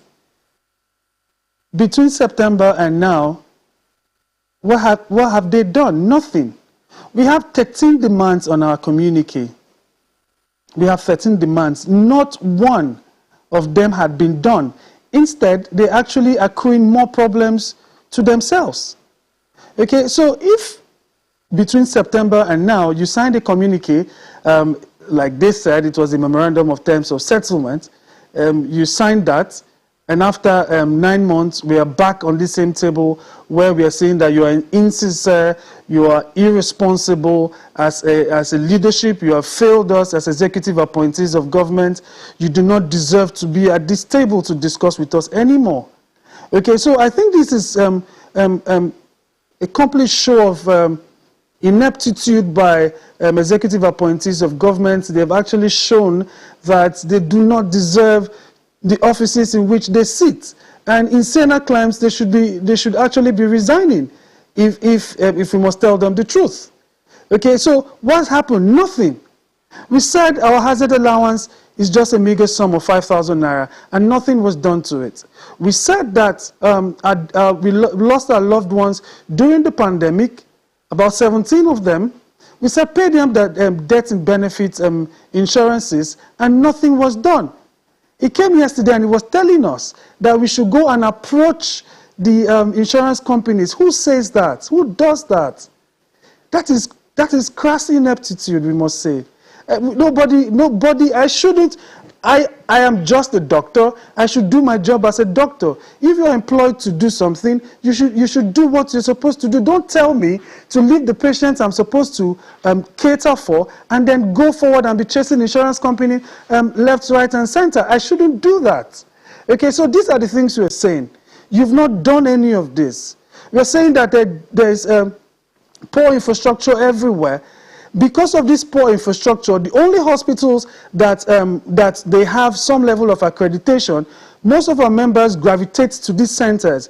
Now, when they gravitate to these centers, they leave their wives, they leave their kids, they leave their homes. They now get to pay extra accommodation for the period of 3 months to 1 year. Now, these hospitals go to their lean pockets again and now take monies from them again. Some of these hospitals takes as much as between 50,000 to 70,000 every month from our residents. And we're saying we want this bench fee abolished. We're saying that what it takes to train a resident doctor for just one exam is between 2 million and 3 million naira. Now you're giving us less than that. We're saying that this is not enough, but we're going to manage that. Now the thing we're saying we're going to manage, you're not even bringing it. There's the 2019, the act was signed in 2017. In 2018, we weren't paid, our members weren't paid. In 2019, our members weren't paid. In 2020, the payment was epileptic. This is 2021. Our members are due for exams again, and they've not been paid these monies. So I don't understand what he means by the resident doctors are not coming to the table to discuss. All these have been laid bare on the table. Okay, so we don't understand what he means by when we are ready. A sensible government at this point in time will not be going for holidays because it's a festive period. You should actually call these people together, sit on the table and iron these issues out. You keep signing memorandums of terms of settlement, memorandums of understanding, and now it's memorandum of action. We don't even know what action has been taken. Well, Dr. Jebo, one other issue that has been raised from the communique that was put out by your body is you also raised the issue of the registrar of MDCN concerning the handling of the processes of central placement of house officers as approved since 2017. Many might be wondering what exactly that means. Could you expatiate, please? Yeah, I'll do that. Now, let's look at this critically. Now, because of when these doctors graduate from medical school, when they graduate, there's usually this delay replacement of these doctors. You have to know someone in one parastatal, you have to know someone, one permanent secretary, one director in one ministry or another for you to get a job placement. So we now said this is not the way it should be. There should be a central pool like the National Youth Service Corps that you pull all these doctors that just graduated from all the universities together, put them together, then distribute them to various institutions, okay, where they can actually now be trained. Now, there's also another fault with that. That was just done for only the federal teaching hospitals. What about the other parastatals of agencies that train house officers, like the military hospital, the police hospital? What about the private hospitals that we have that also train house officers? How do you now post house officers to these places? Now, that was not put into consideration. Now, moving forward, we now said that now you've placed them. Now that you have placed them, what are the modalities for their payment? Now, this was not answered. Now, this goes to also show you that there's also, we celebrate a lot of ineptitude in offices by executive appointees. If the registrar of the Medical Data Council of Nigeria was actually abreast with what he's supposed to do, the act was signed in 2017. This is 2021. What took him so long? What took him so long to get all this data correct? What took him so long to get all the accreditation that he's supposed to get? He didn't do any of these. Okay, now, house officers were now employed. Now, when they were employed, in 2020, we noticed that our members were not paid in January. We noticed our members were not paid in February. In January, we approached the Ministry of Health to tell them that our house officers were not paid in January. Now, this lingered from January to February. We were still meeting them, we were calling them. In fact, at some point, the registrar of the Medical Dental Council of Nigeria wouldn't even pick the call of the president. So how do you now interface with him?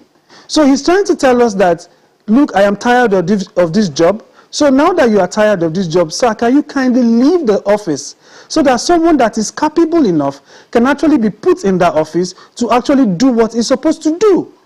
Okay, now you're saying that some chief medical directors and CEOs went outside the quota for your accreditation. That is not my problem. That is not the problem of the house officer. The house officer has diligently done his job for 30 days in the month, for 28 days in the next month, for 30 days in the next month, and you've not paid him his money. Are you trying to tell me that I should go back home? If I was the house officer, I should go back home to take care of my wife and kids if I had any, my families if I had any. How would I take care of them? I wouldn't have the wherewithal to take care of them. So this is the problem that we've been facing. Now we also have doctors on what we call the non-regular platform. Now these doctors have been there for about 4 months and have not been paid. So we are saying that these are the issues that we have with the Medical and Dental Council of Nigeria, because he's not doing his job. Well, once you don't do your job as prescribed, you should. Yeah, one baffling question for me, I have to say to you is, I mean, okay, permit me for this assumption. I want to assume that some of the issues that you have raised aren't new. There have been issues in the polity, especially in the health sector, for decades, more than 2 decades. Some of these issues are as old as 30, some of them 35, 40 years. So the question playing up in my head right now is, how come the same issues remain when the people who are in authority today were not anywhere near when these issues first arose in the first place? And I also believe that some of them are medical doctors who pass through the system just as the same system you are complaining about now. At what point did these things degenerate so bad that we're having issues of since 2017, sometimes even before then, that are still issues today which have not been resolved? Yeah, your assumption is actually right, Makinde. Now let's look at it critically. These issues are not issues that we just brought to the table today. These issues are issues that we'll be bringing from 2014, from 2015, from 2016 till date. And now we're in 2021. Now the issue is that there's government insincerity to do its part. Because I do not understand, it's not rocket science that you sign a memorandum of understanding with a union or a group of persons, and then you've not done the impact assessment on your own to actually know, oh, for sure, I can actually do this, I can do this, I can't do this, I can't do that. You do your impact assessments. When you've done your impact assessments, you now tell us, I cannot do this one, I can do this other one. Okay, we now come to terms and agreement, and then you now put timelines. Now the government puts timelines, but they don't respect the timelines they've actually put. Yes, I agree from what you've said that some of these persons in offices are actually doctors, but we have to separate what kind of doctors they are. When a doctor is not doing clinical medicine, he will really understand the pains that these persons in clinical medicine are going through. Okay, like the minister, he didn't do clinical medicine, so he won't understand what the pains of residency actually is. Okay, so when you're trying to make them understand, they do not understand because they didn't go through that process, okay, to becoming what they are. Now, for those of them that actually went through the process, the problem is now that they have now mixed politics with medicine, and you cannot mix politics and medicine together. That is what we have said. Keep medicine aside and keep politics aside. When you want to treat the health of your people, treat it completely and holistically. When you want to do politics with other things that are not medicine. So what we're saying is that over time, government appointees have always failed to do their own part of the agreement.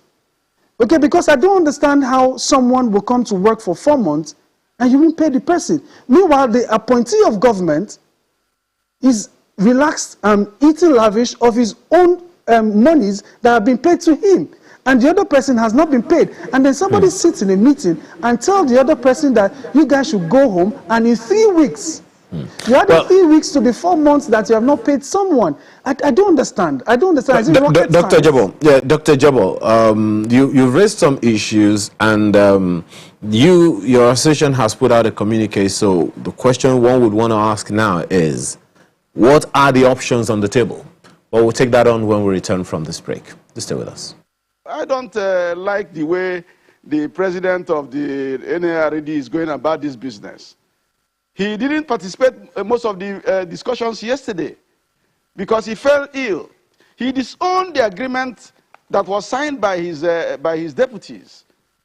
It's not done in labor negotiations. This government have put in the wake of COVID-19, April 2020, a 9.3 billion insurance, group life insurance, with 13 insurance companies for all workers that are civil servants or who are in institutions that are not treasury funded. Immediately after the holidays, I'll talk to them again. I have told the Medical and Dental Council what to do with the holidays. I've told the Accountant General's office what to do to make sure that the 23 institutions, not all institutions are involved. It's about 23 institutions, federal medical centers and teaching hospitals combined. Try to see how you can start payment on this second group of backlog, people who you call overbloated numbers on your quota. We have waived your quota for now. Everybody that is in that system, pay. That is what is contained in our memorandum of understanding. All right. So I want to know what they have done by Tuesday, and by Tuesday, I will invite them back. If they become recalcitrant, there are other things I can do. There are weapons in the labor laws. I will invoke them. There is no work, no pay. Their employers have a role also to keep their business afloat, keep patients alive. All right. They can employ locum doctors. So we won't get there. But if we are going to get there, we use that stick. Thank you for staying with us. Now, Dr. Jabal, before we went on that break, my partner had said, so what's on the table now? Alero, like I said, and every other person that has been interviewed over time has said, we have 13 demands. 13. Now, in each of these 13 demands, the government of today has not even deemed it fit to do 20% of each. How do you expect us to go and tell our members that they should come back to work? Okay, let's look at the first one. We said pay all the house officers. You've not paid them, and you're threatening to sack them. I don't understand. How does that follow? You've not paid someone, and you're telling the person you want to sack the person. So why not pay the person first before you tell the person you want to sack the person? Why are you beating a dead horse? Our members are actually not perturbed. Our members are actually not moved. We are not worried. The only worry we have is our patients that are dying. We feel for them. But we also have to take care of our own mental, physical, social, and financial space as well. Okay, so if we don't take care of this, our own space, will now be a danger to our own patients we are trying to take care of. So if the government of the day is ready to do more than 50% of what we've asked them for, then we can now come back to the table and say, oh, the government has done 50%. Okay, now let's now put a timeline. In his own words, he said, memorandum of action. Then we'll now say, okay, these actions will now be taken in subsequent days to come. But you've not done up to 50%. The house officers are still not been paid. The residents of GIFMIS have still not been paid. You've also not discussed the terms of how our members that have died are going to get all they're supposed to get. You've also not told us when you want to start the negotiations for the review of the hazard allowance. We agree that there's supposed to be a CBA where all the unions are supposed to come together and get this done. A serious government would have been calling all the unions to come to the table as from Tuesday. Why keep it in 3 weeks from now? So this goes to show you that the government of the day is completely insincere. So when they are showing us insincerity, we have nothing but to answer them and stay back in our homes. He said he wants to sack us, he wants to get locum doctors. Please, you should go ahead. You should also not forget to employ locum neurosurgeons. You should also not forget to employ locum anesthetists. You should also not forget to employ locum general surgeons. You should also not forget to employ locum hematologists. They should employ all the locum doctors they can have. Please, the minister can go ahead and do that. We're waiting. Whenever they are ready, this is not the first time they've threatened us that. Dr. Jebo. Dr. Jebo. Please correct me if I am wrong.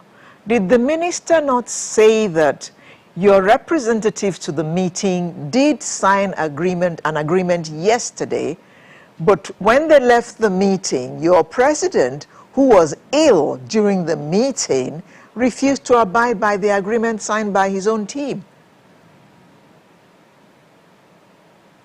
Alero, that is another falsehood that the Honorable Minister has actually spewed out again. Now, in the last line of that agreement that was signed, the write-up there was that we will present your side of the conciliation to the National Executive Council and tell them all you have also said. Then we will now report to you what the National Executive Council also did say. Now the president did exactly what he signed. He signed he was going to go and meet the National Executive Council. Now a subsect of the National Executive Council, which sits as the expanded National Officers Committee, had a virtual meeting and all the items were discussed. And we found out that not up to 20% of each of our demands have been met. So how do you tell your members that this is what has been done, this is what has been done? And mind you, these issues are not issues of yesterday. We have signed memorandums of understanding with the government before. So we keep signing memorandums of understanding, and this time they actually hurriedly changed it to memorandum of action. Why have you not done the action since? Now, for you to also know, Alero, that there's insincerity and insensitivity from the government. We gave you an ultimatum from January 27th, and you did not attend to any of them until the 31st of March, the day of expiration of the ultimatum. And then you are now calling for a conciliatory meeting to now discuss these issues that you have 3 months to discuss. So this shows you that government is not really ready to do any of the things they have said. But whenever they are ready, the Nigerian Association of Resident Doctors will be ready to go back to doing what we know how to do best, taking care of our patients. But when in the event that they are not ready, we'll be here and waiting for them whenever they're ready. Question I would like to ask you, because we're gradually coming to the end of this discussion. The question then would be, what are the options on the table? Because I understand, I mean, just as you said, there have been agreements over the years that have not been abided by either party or both parties. So for the NERD now, what are the options on the table? The options on the table are simple. Do all of the 13 requirements that we've given to you. When you do them, resume work without fail the next day. In the event you don't do any of these, and you're leaving us with no option. I mean, you know, in these negotiations, there can be no absolutes. There will be compromises. So that's why I'm asking, what are the options on the table? What are the compromises that NERD is willing to make in the event that government is, for one reason or the other, unable to do all 13 immediately? Now, a serious government should be able to do all 13 immediately. We just have to put timelines to these things. Because if you don't put timelines to these things, it shows us that you're not ready. Now, for the issue of specialist allowance that we said, pay us our specialist allowance because we're specialists. For the issue of employment of house officers, we say employ the house officers and post them to the respective hospitals they're supposed to go to. We say there are members, we have our members that have not been paid for 4 months. You have the money that have been budgeted for, roll out the monies and pay them. What are these bureaucratic bottlenecks that are actually always stalling these processes and always making them to be non-seamless? Okay, so if you can do the minimum, which the Ministry of Labour, who sits as the conciliator, has been told by the National Officers Committee, because the minimum requirement for the exit for this strike has been told to the Honourable Minister. Why did he not come on air and tell us the minimum requirements? He should be telling Nigerians that this is the minimum requirement they have said that they're going to have before they go back to work. Pay these house officers their 4 months. They are dying, they are impoverished. Pay these residents their 4 month salaries. They are dying, they are impoverished. Pay us our hazard allowances all across board in the health system. You're not doing that. Give us a timeline to when you want to do that. Don't tell us that there's some economic viability team that does not translate to action. We know the economic viability team on paper. In reality, we do not have any of these hazards in our pockets. The nurses do not have them, the pharmacists do not have them, the doctors do not have them. So when all of these are done, the National Officers Committee will convene another meeting for the National Executive Council, where we shall now sit down to deliberate on all of the actions that the government has done. And when we find them tenable enough, when we find them reasonable enough, we will be calling off or suspending the strike, as it were, to give them room to do all of the actions that they have claimed they want to do. But when they do not do any of these, we do not have any other option but to stay where we are. If they do not do those things, then you will continue the strike, correct?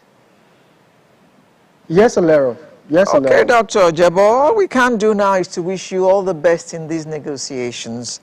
But bear in mind that you did take an oath to save lives, and if lives are going to be lost, I suppose you'll have that on your conscience.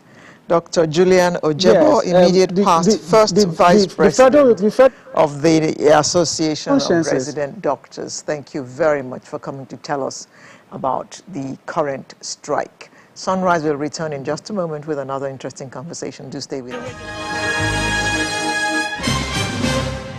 You know, every time you see that thing, it spells money.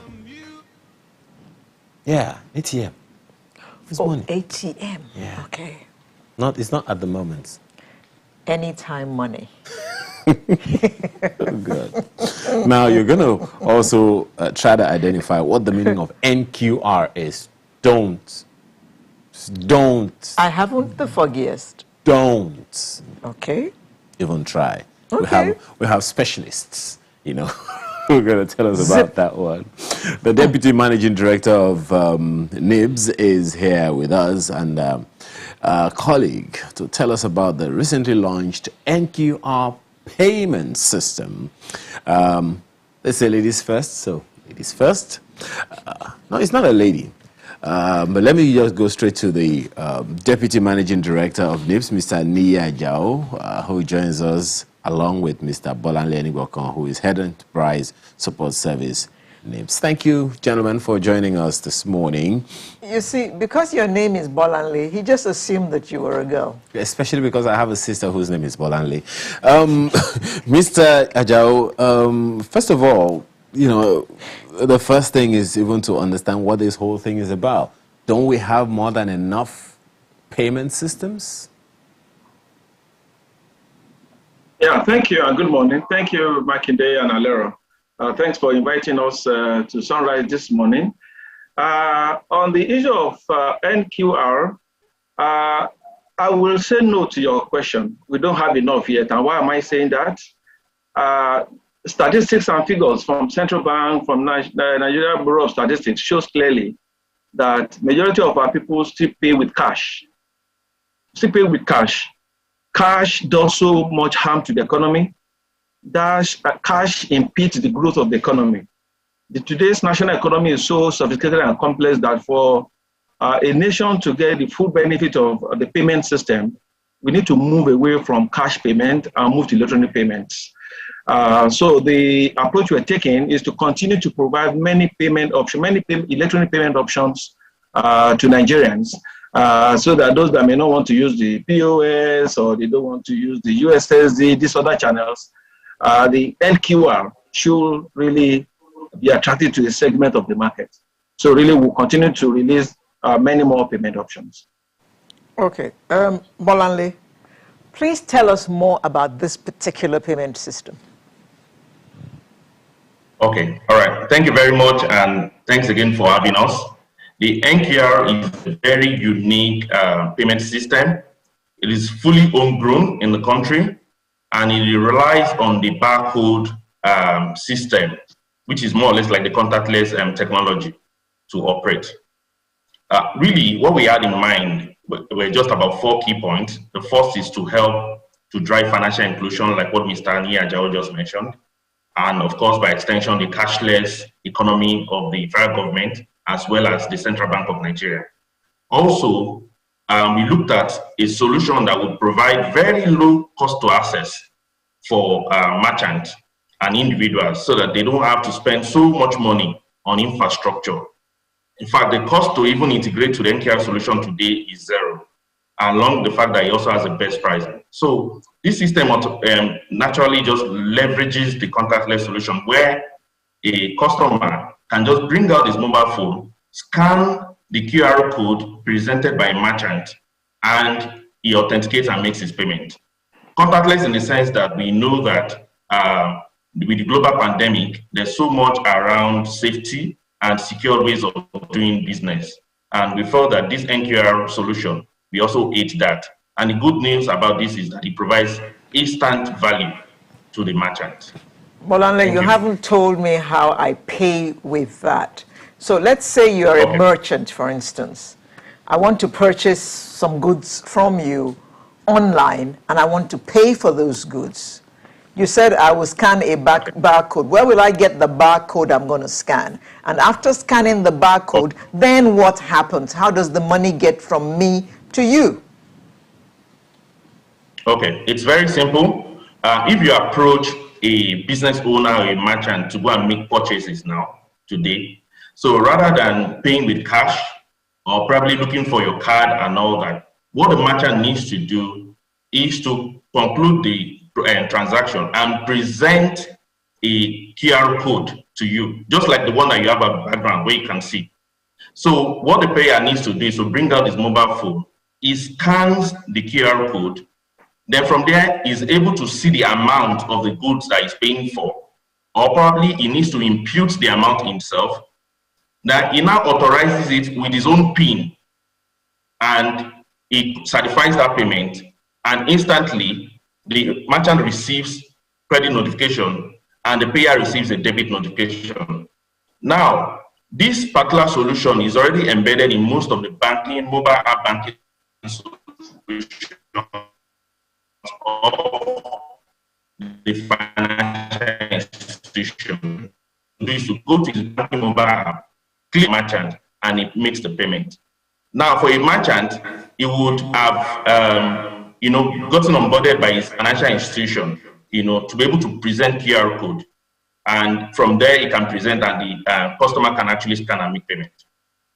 So essentially, Mr. Jao, this mode of payment operates through an existing application, and it's not just that people bring out the cameras on their phones and scans. Exactly how do people, go ahead with this scanning so that, they'll at least prepare themselves for it mentally? Yeah, thank you, Makinde. Today, all our banks have a mobile banking app that their customers download from Apple Store, from Google Store, to make transfers and do their banking activities. So what Bolanle is explaining is that inside that mobile banking app, there is now a menu item for QR code payment. QR stands for quick response, QR code payments. So when I get to a merchant, and when we say a merchant, that time it looks technical, For us, a merchant is anybody that sells something. Even a barber, a salon operator, that gala seller on the road is a merchant.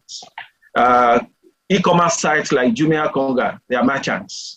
Hotels are merchants. So when we talk of merchant, it's anybody who needs to receive payments. So the way it works is that that person who needs to receive, that company that needs to receive payment, display the QR code. Just the kind of code you are seeing behind me here, that is kind of what we call QR code. It displays it in the shop. If it's on the website, like Jumia Konga, for instance, at the point of checking out, so once you're checking out, the company already knows what you want to buy, how much you need to pay.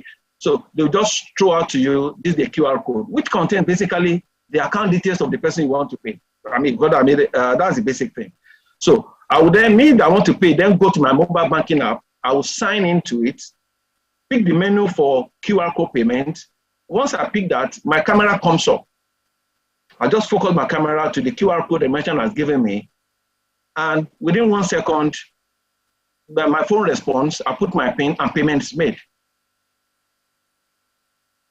We're talking, I went to my app and I don't see any QR or anything there. Does that mean? Go ahead. Okay. For adventure, you go to your app, you can't find QR code. There are two possibilities. Either your app is not updated, it's not the latest update from your bank, or your bank has not made it available to you. Today, our banks are so sophisticated that on some channels, they have to get the consent of the customer. The customer has to apply for it before they make that option available. It's either that. So normally, if you don't see it there, you then call your bank that, hey, I want to be using this QR code. Your bank will immediately make it available to you. They will make it available on the menu there. Okay. Okay, another question that, that a number of people might be wondering about, Mr. Ajao, is that of safety. Online payments have always been an issue for people. So while we are talking about sensitizing everyone on this side and on that side about the benefits of the QR code, the NQR, what are you saying to people about safety of their resources? Okay, thank you, Makinde. NQR has been specially designed for this time. So we've sat down with the banks really to make sure we put proper security around it.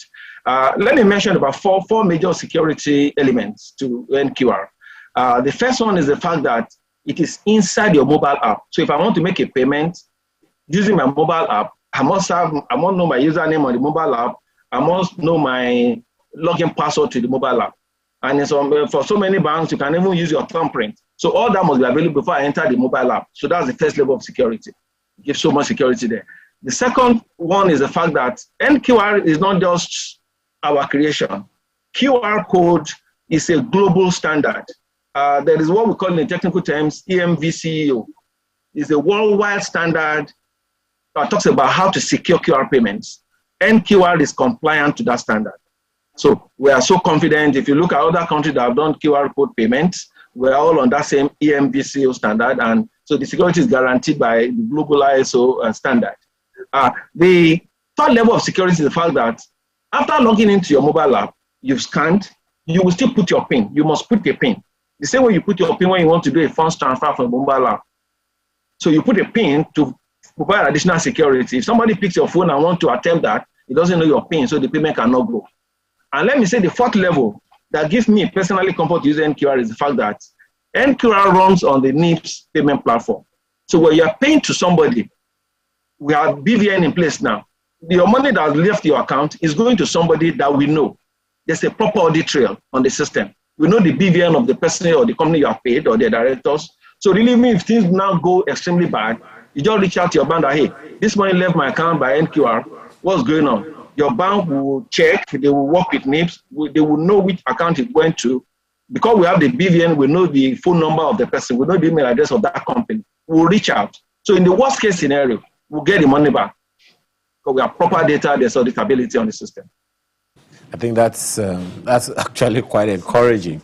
But Mr. Aniboko, we have talked about the flow and letting people know about it and all of that.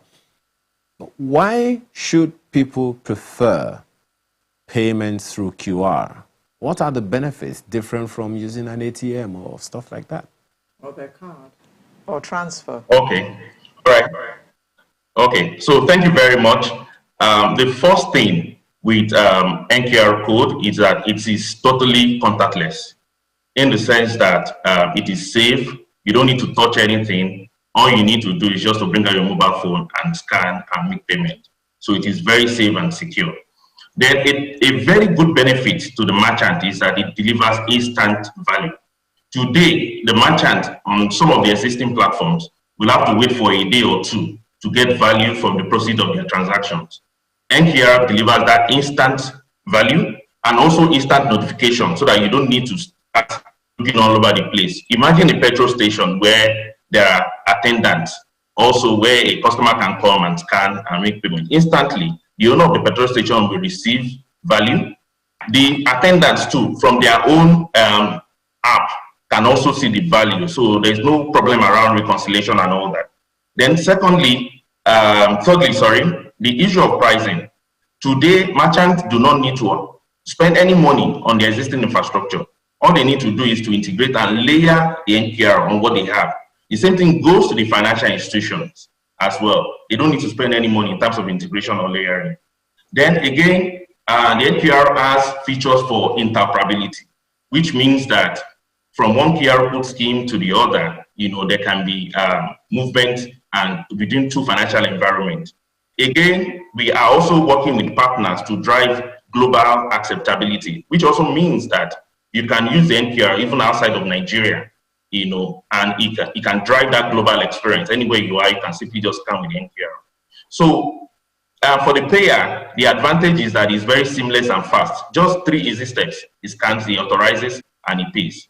So the advantages are very huge. And we have use cases across all kinds of businesses, whether you're a small scale business, maybe you have a little shop at the corner of the street, or you have a supermarket, or even if in insurance, hospitals, it cuts across all sectors of the economy where the use cases can apply. So the benefits are actually very, very enormous. Mr. Ajao, how much buy-in are you getting from these smaller companies that he's just spoken about? Because I was thinking, now I can go to the market and I don't even have 10 naira in my pocket. I can buy vegetables, I can buy fish and do a transfer. So how are these kinds of people going to get access to QR? Yeah, thank you very much, Alero. We launched the NQR service March 15th. That's just about 15, 16 days ago. We are working with the banks to really increase awareness. And thank God you've invited us here this morning. This part of the measure we're taking. We have planned to really bring out radio jingles, TV adverts, working with the banks. The banks, all of these guys, really, most of them have bank accounts. And if you look at the benefit of NQR, our dream really is that even those among them who don't have bank accounts, by the time they hear of the benefit of NQR, it will drive them to go and open an account. So really for us, one of the aims or objective of NQR is to grow financial inclusion. All those small businesses who don't have bank account, by the time they see that, okay, this one is available now, okay, so I can receive payment, they will come in. And once they do that, today statistics show us that over 80% of transactions, payments that happen in Nigeria today, over 80% of them are done by cash. Only 20% are happening on POS terminal, are happening on bank transfer, check payment and all that. Over 80% still happen by cash. We want to bring that down completely because this economy will not move with 80% happening on cash. And let me say again that, looking at financial inclusion, statistics again show us that over 35% of adults in Nigeria do not have bank accounts. So we see NQR as something that should attract them too. By the time they see the benefit, by the time they see how easy, how seamless, and how secure it is, it should really encourage them to go to their bank, to go to banks, open accounts, and begin to receive payment. And let me add quickly, Alero. Today, POS terminal is a major way to collect payment by merchants. We have just about 300,000 merchants in Nigeria. Out of over 40 million merchants that Smedan tells us that we have in this country, all the small sellers, and there are over 40 million. Only 300,000 of them have POS terminals. POS terminals are expensive. They are bought with foreign currency. So, and banks buy them in Nigeria. Nobody will buy 40 million terminals for these merchants. With NQR, you don't buy POS, you don't buy anything. So this should be a major attraction for them, and we're driving it, and we'll continue to grow publicity until it gets to the last person that sells something in Nigeria. Raja, when you say that only 20% of payment is made online, are you referring to the rural areas or in the urban centers? Okay, that 20% really, I'm talking of globally, the whole of Nigeria now.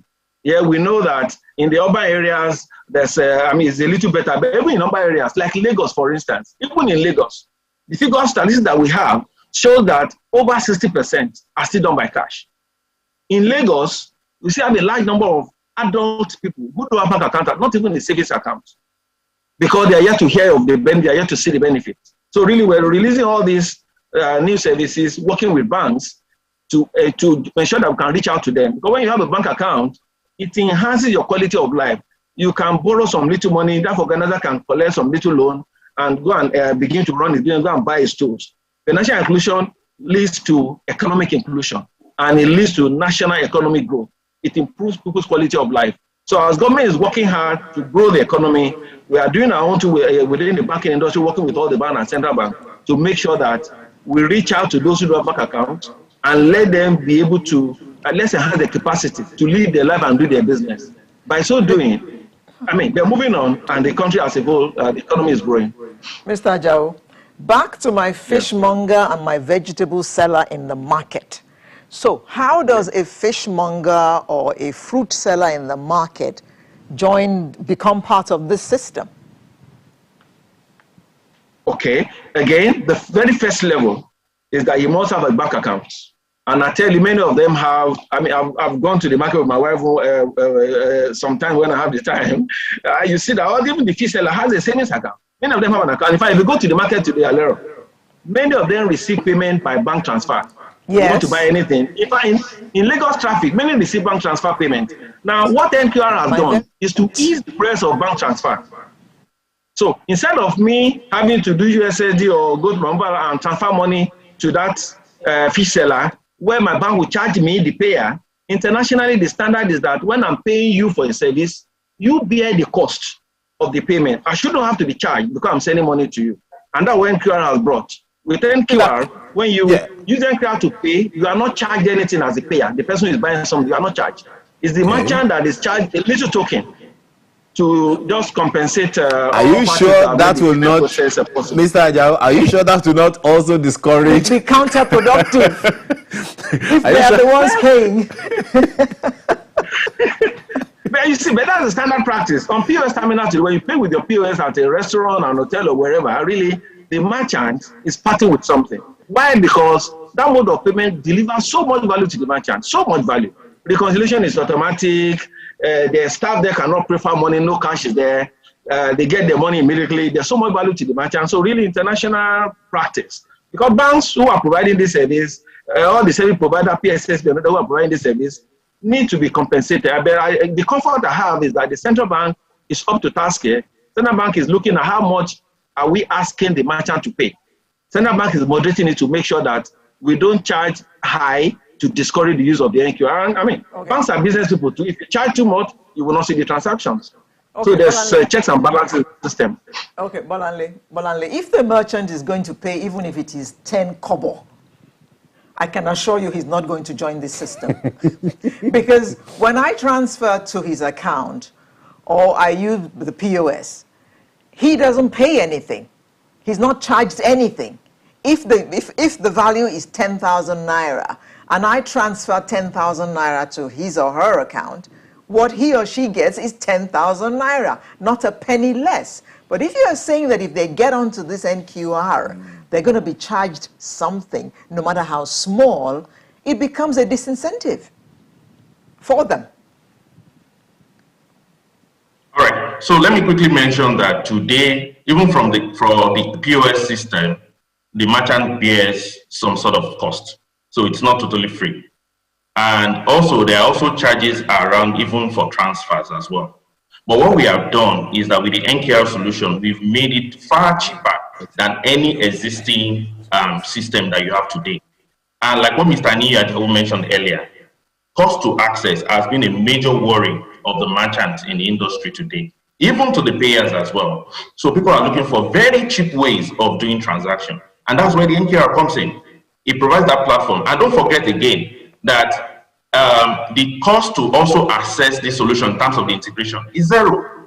Today, merchants are paying, even through their financial institutions, they are paying thousands of dollars to access other schemes. NKR brings zero cost of registration, zero cost of integration, and also cost of transaction is far cheaper, almost zero in some cases, you know, to the merchant.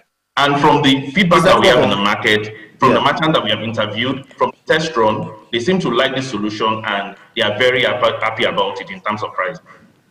Just one last thing from me about this matter, because we have to begin to wind down.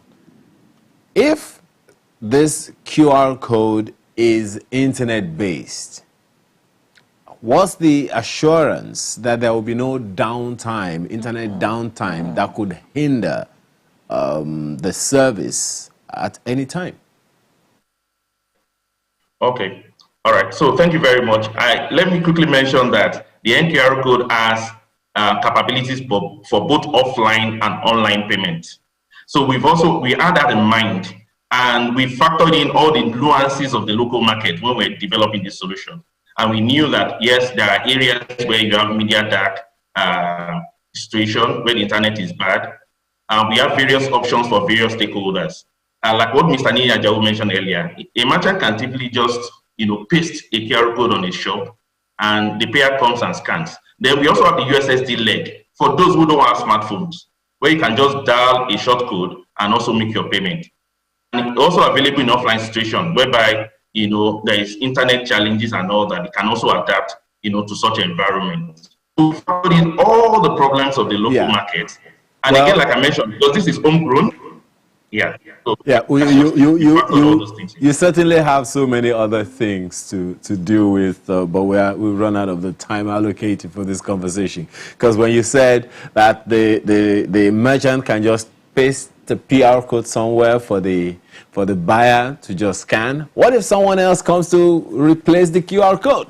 But we can't answer that question now. We have to thank you very much for this enlightenment that you've come to do. Mr. Niya Jao is Deputy Managing Director, Nigeria Interbank System, Settlement System, as well as Mr. Balanle Nibokon, who is Head Enterprise Support Service of the same organization. Gentlemen, thank you so much for your time and thoughts this morning. Yeah, thank you for inviting us. Thank you. Absolutely. So we're back in a moment, and as Alera would say, it's the home stretch. Join us again. And it's a vibe, so your love it was brand new.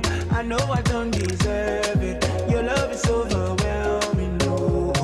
Thank you for staying with us. Yes, that video you just saw. Well. It's somebody who goes by the name of Limo Blaze. Limo, yes, Limo Blaze, one word.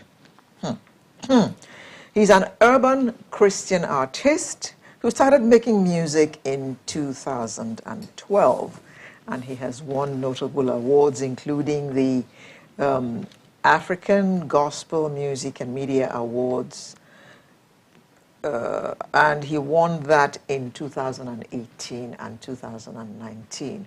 I'm assuming that it didn't happen in 2020 for obvious reasons. You know, COVID-19 was busy doing its thing, ravaging the world, not just Nigeria at the time, ravaging the world at the time. So I suppose there was no award last year. Limo Blaze, yes, good morning.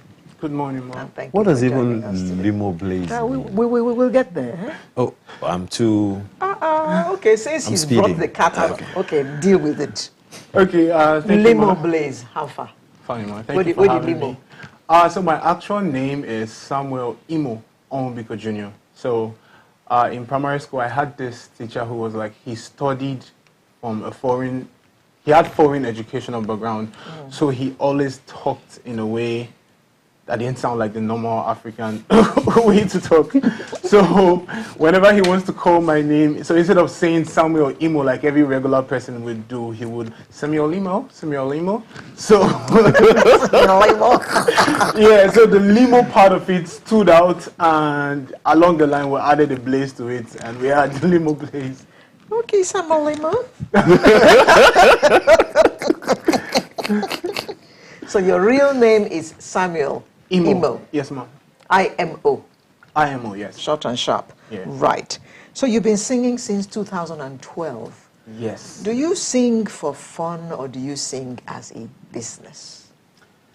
I don't think it's either of that. I mean, I get to have fun sometimes when I make music. Most times when I make music because I enjoy it, but it's not for business. I make music because I'm trying to fill a need. So it's more of a service and a ministry for me. So if the money comes in, oh yes, welcome the money. It's like what they tell you in business school: for creating value, money follows. Yeah. So enjoy the job first, Yeah. and the money will come. Yeah, but you know, Limo Blaze. Yes, sir. The kind of music you make, Yeah. it doesn't sound like it. Because when she said gospel music, sounds like some dance hall thing, you know? Yeah.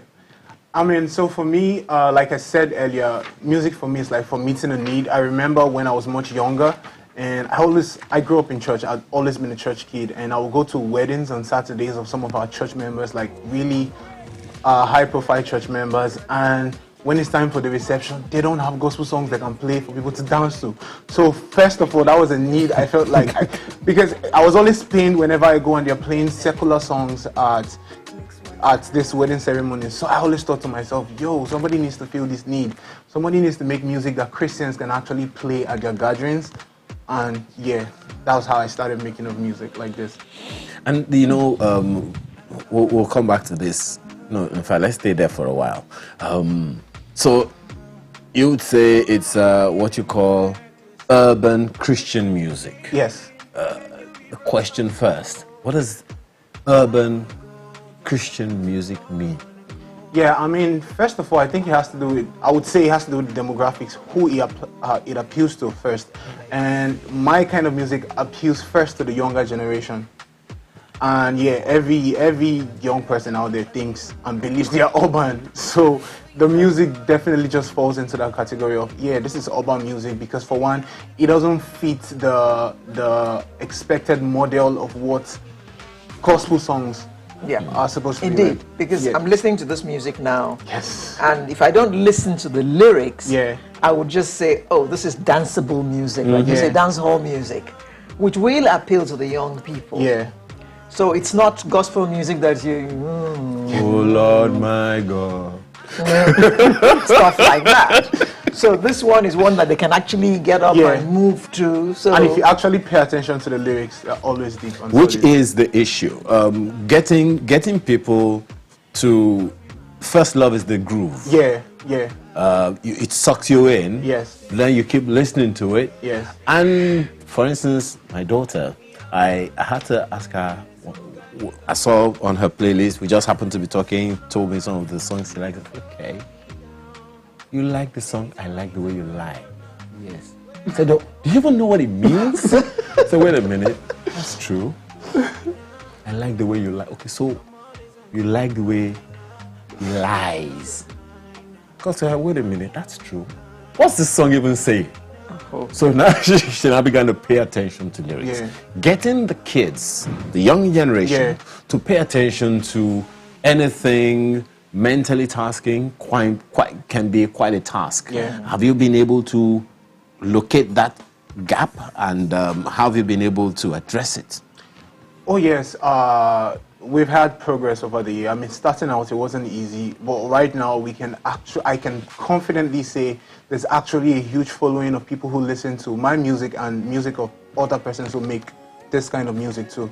Because for some Christians, right, especially young Christians, there is a journey for everybody. Everybody's Christian walk is a journey. There are some who the greatest achievements they have been able to achieve thus far is to be able to tune out from secular music to actually listen to gospel music, and my kind of music is the easiest transition for them. Okay. Because they can just tune in and it feels like what they like, and then the lyrics is still very great. And okay, yeah. Are there many of you making this genre of music that you call urban Christian? Yes. Urban Christian hip hop? Urban Christian music. Gospel music. Gospel, okay, not hip hop. Yes. But there's hip hop there somewhere. Oh yeah, like I'm a hip hop person. Okay. Yeah, my music is largely hip hop. Okay. Yeah, now it depends on what we want to call many, because if you try to compare it with the other number of persons making music that isn't this type, I wouldn't exactly call it many. But yes, there are a number of persons, at least well over 30. But the thing is, for anyone to categorize yours as urban gospel, they will have to listen to the lyrics. Oh yeah. Because that beat is so contemporary. It's what you all are singing now. So anybody could just listen to it and say, this is normal dance music, and just begin to shake body. Yeah, I think what you're saying would be true, but it's mostly true with the older generation. The younger generation would, first of all, tune into the music. But when they tune into the music, it takes a little less than a minute to understand that this is not the regular thing you hear on radio or otherwise. I thought it was us who listened to lyrics and not the younger people. No. Young generation, young people like us, we listen to. No, the younger persons actually, they get attracted by the sound first. Yes. But after you get attracted by the sound, like you cannot listen to my music for a minute and not know that this is not the regular thing you hear out there. Because there's a lot of music out there. Yeah. Okay, now whose lyrics make no sense. Yeah. Let's face it. Yeah. Plenty. So then there is also that likelihood of mistaking one for the other. Yeah, I mean, I've seen it happen a few times.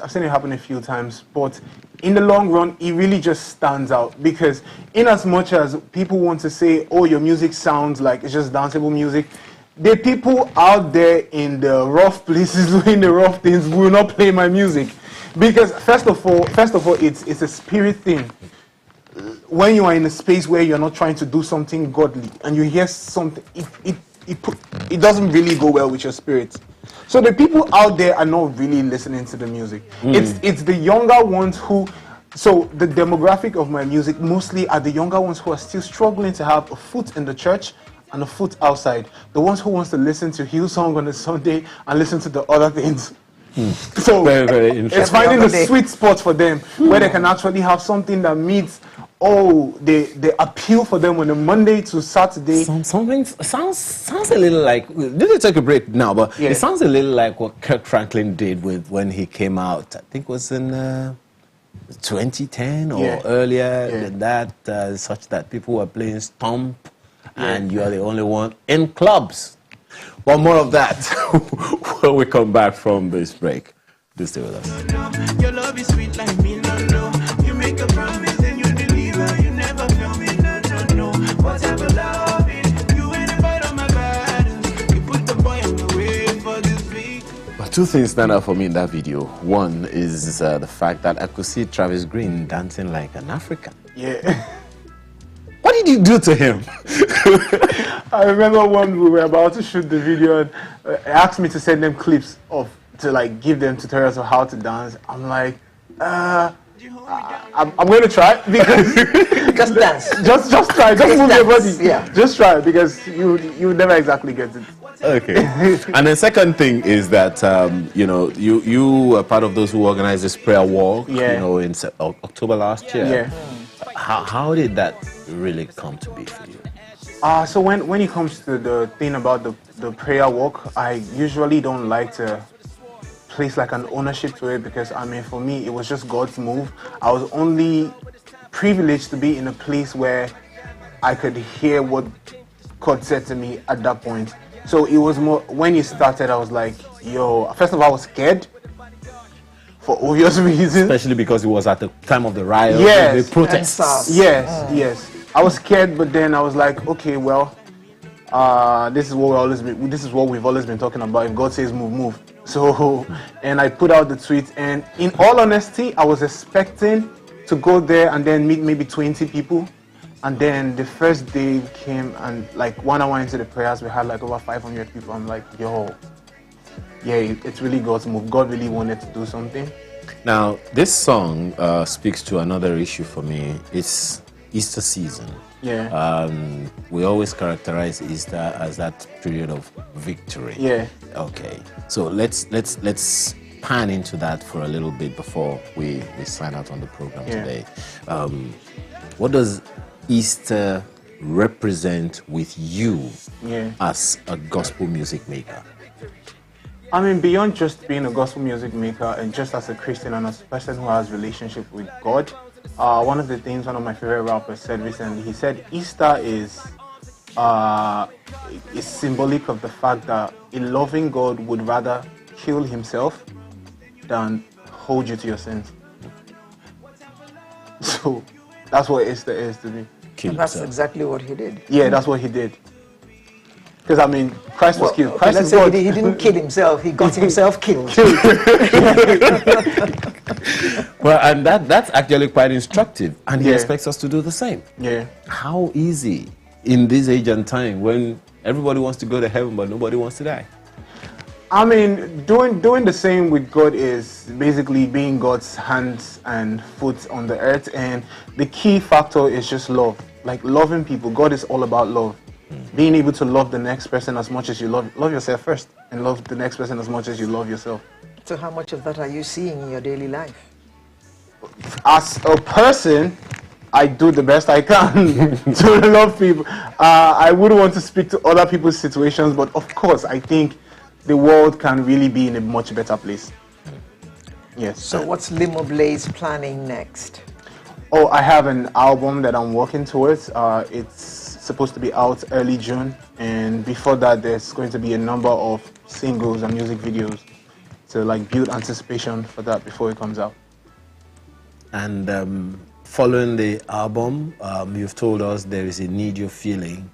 What's the world to expect in how long?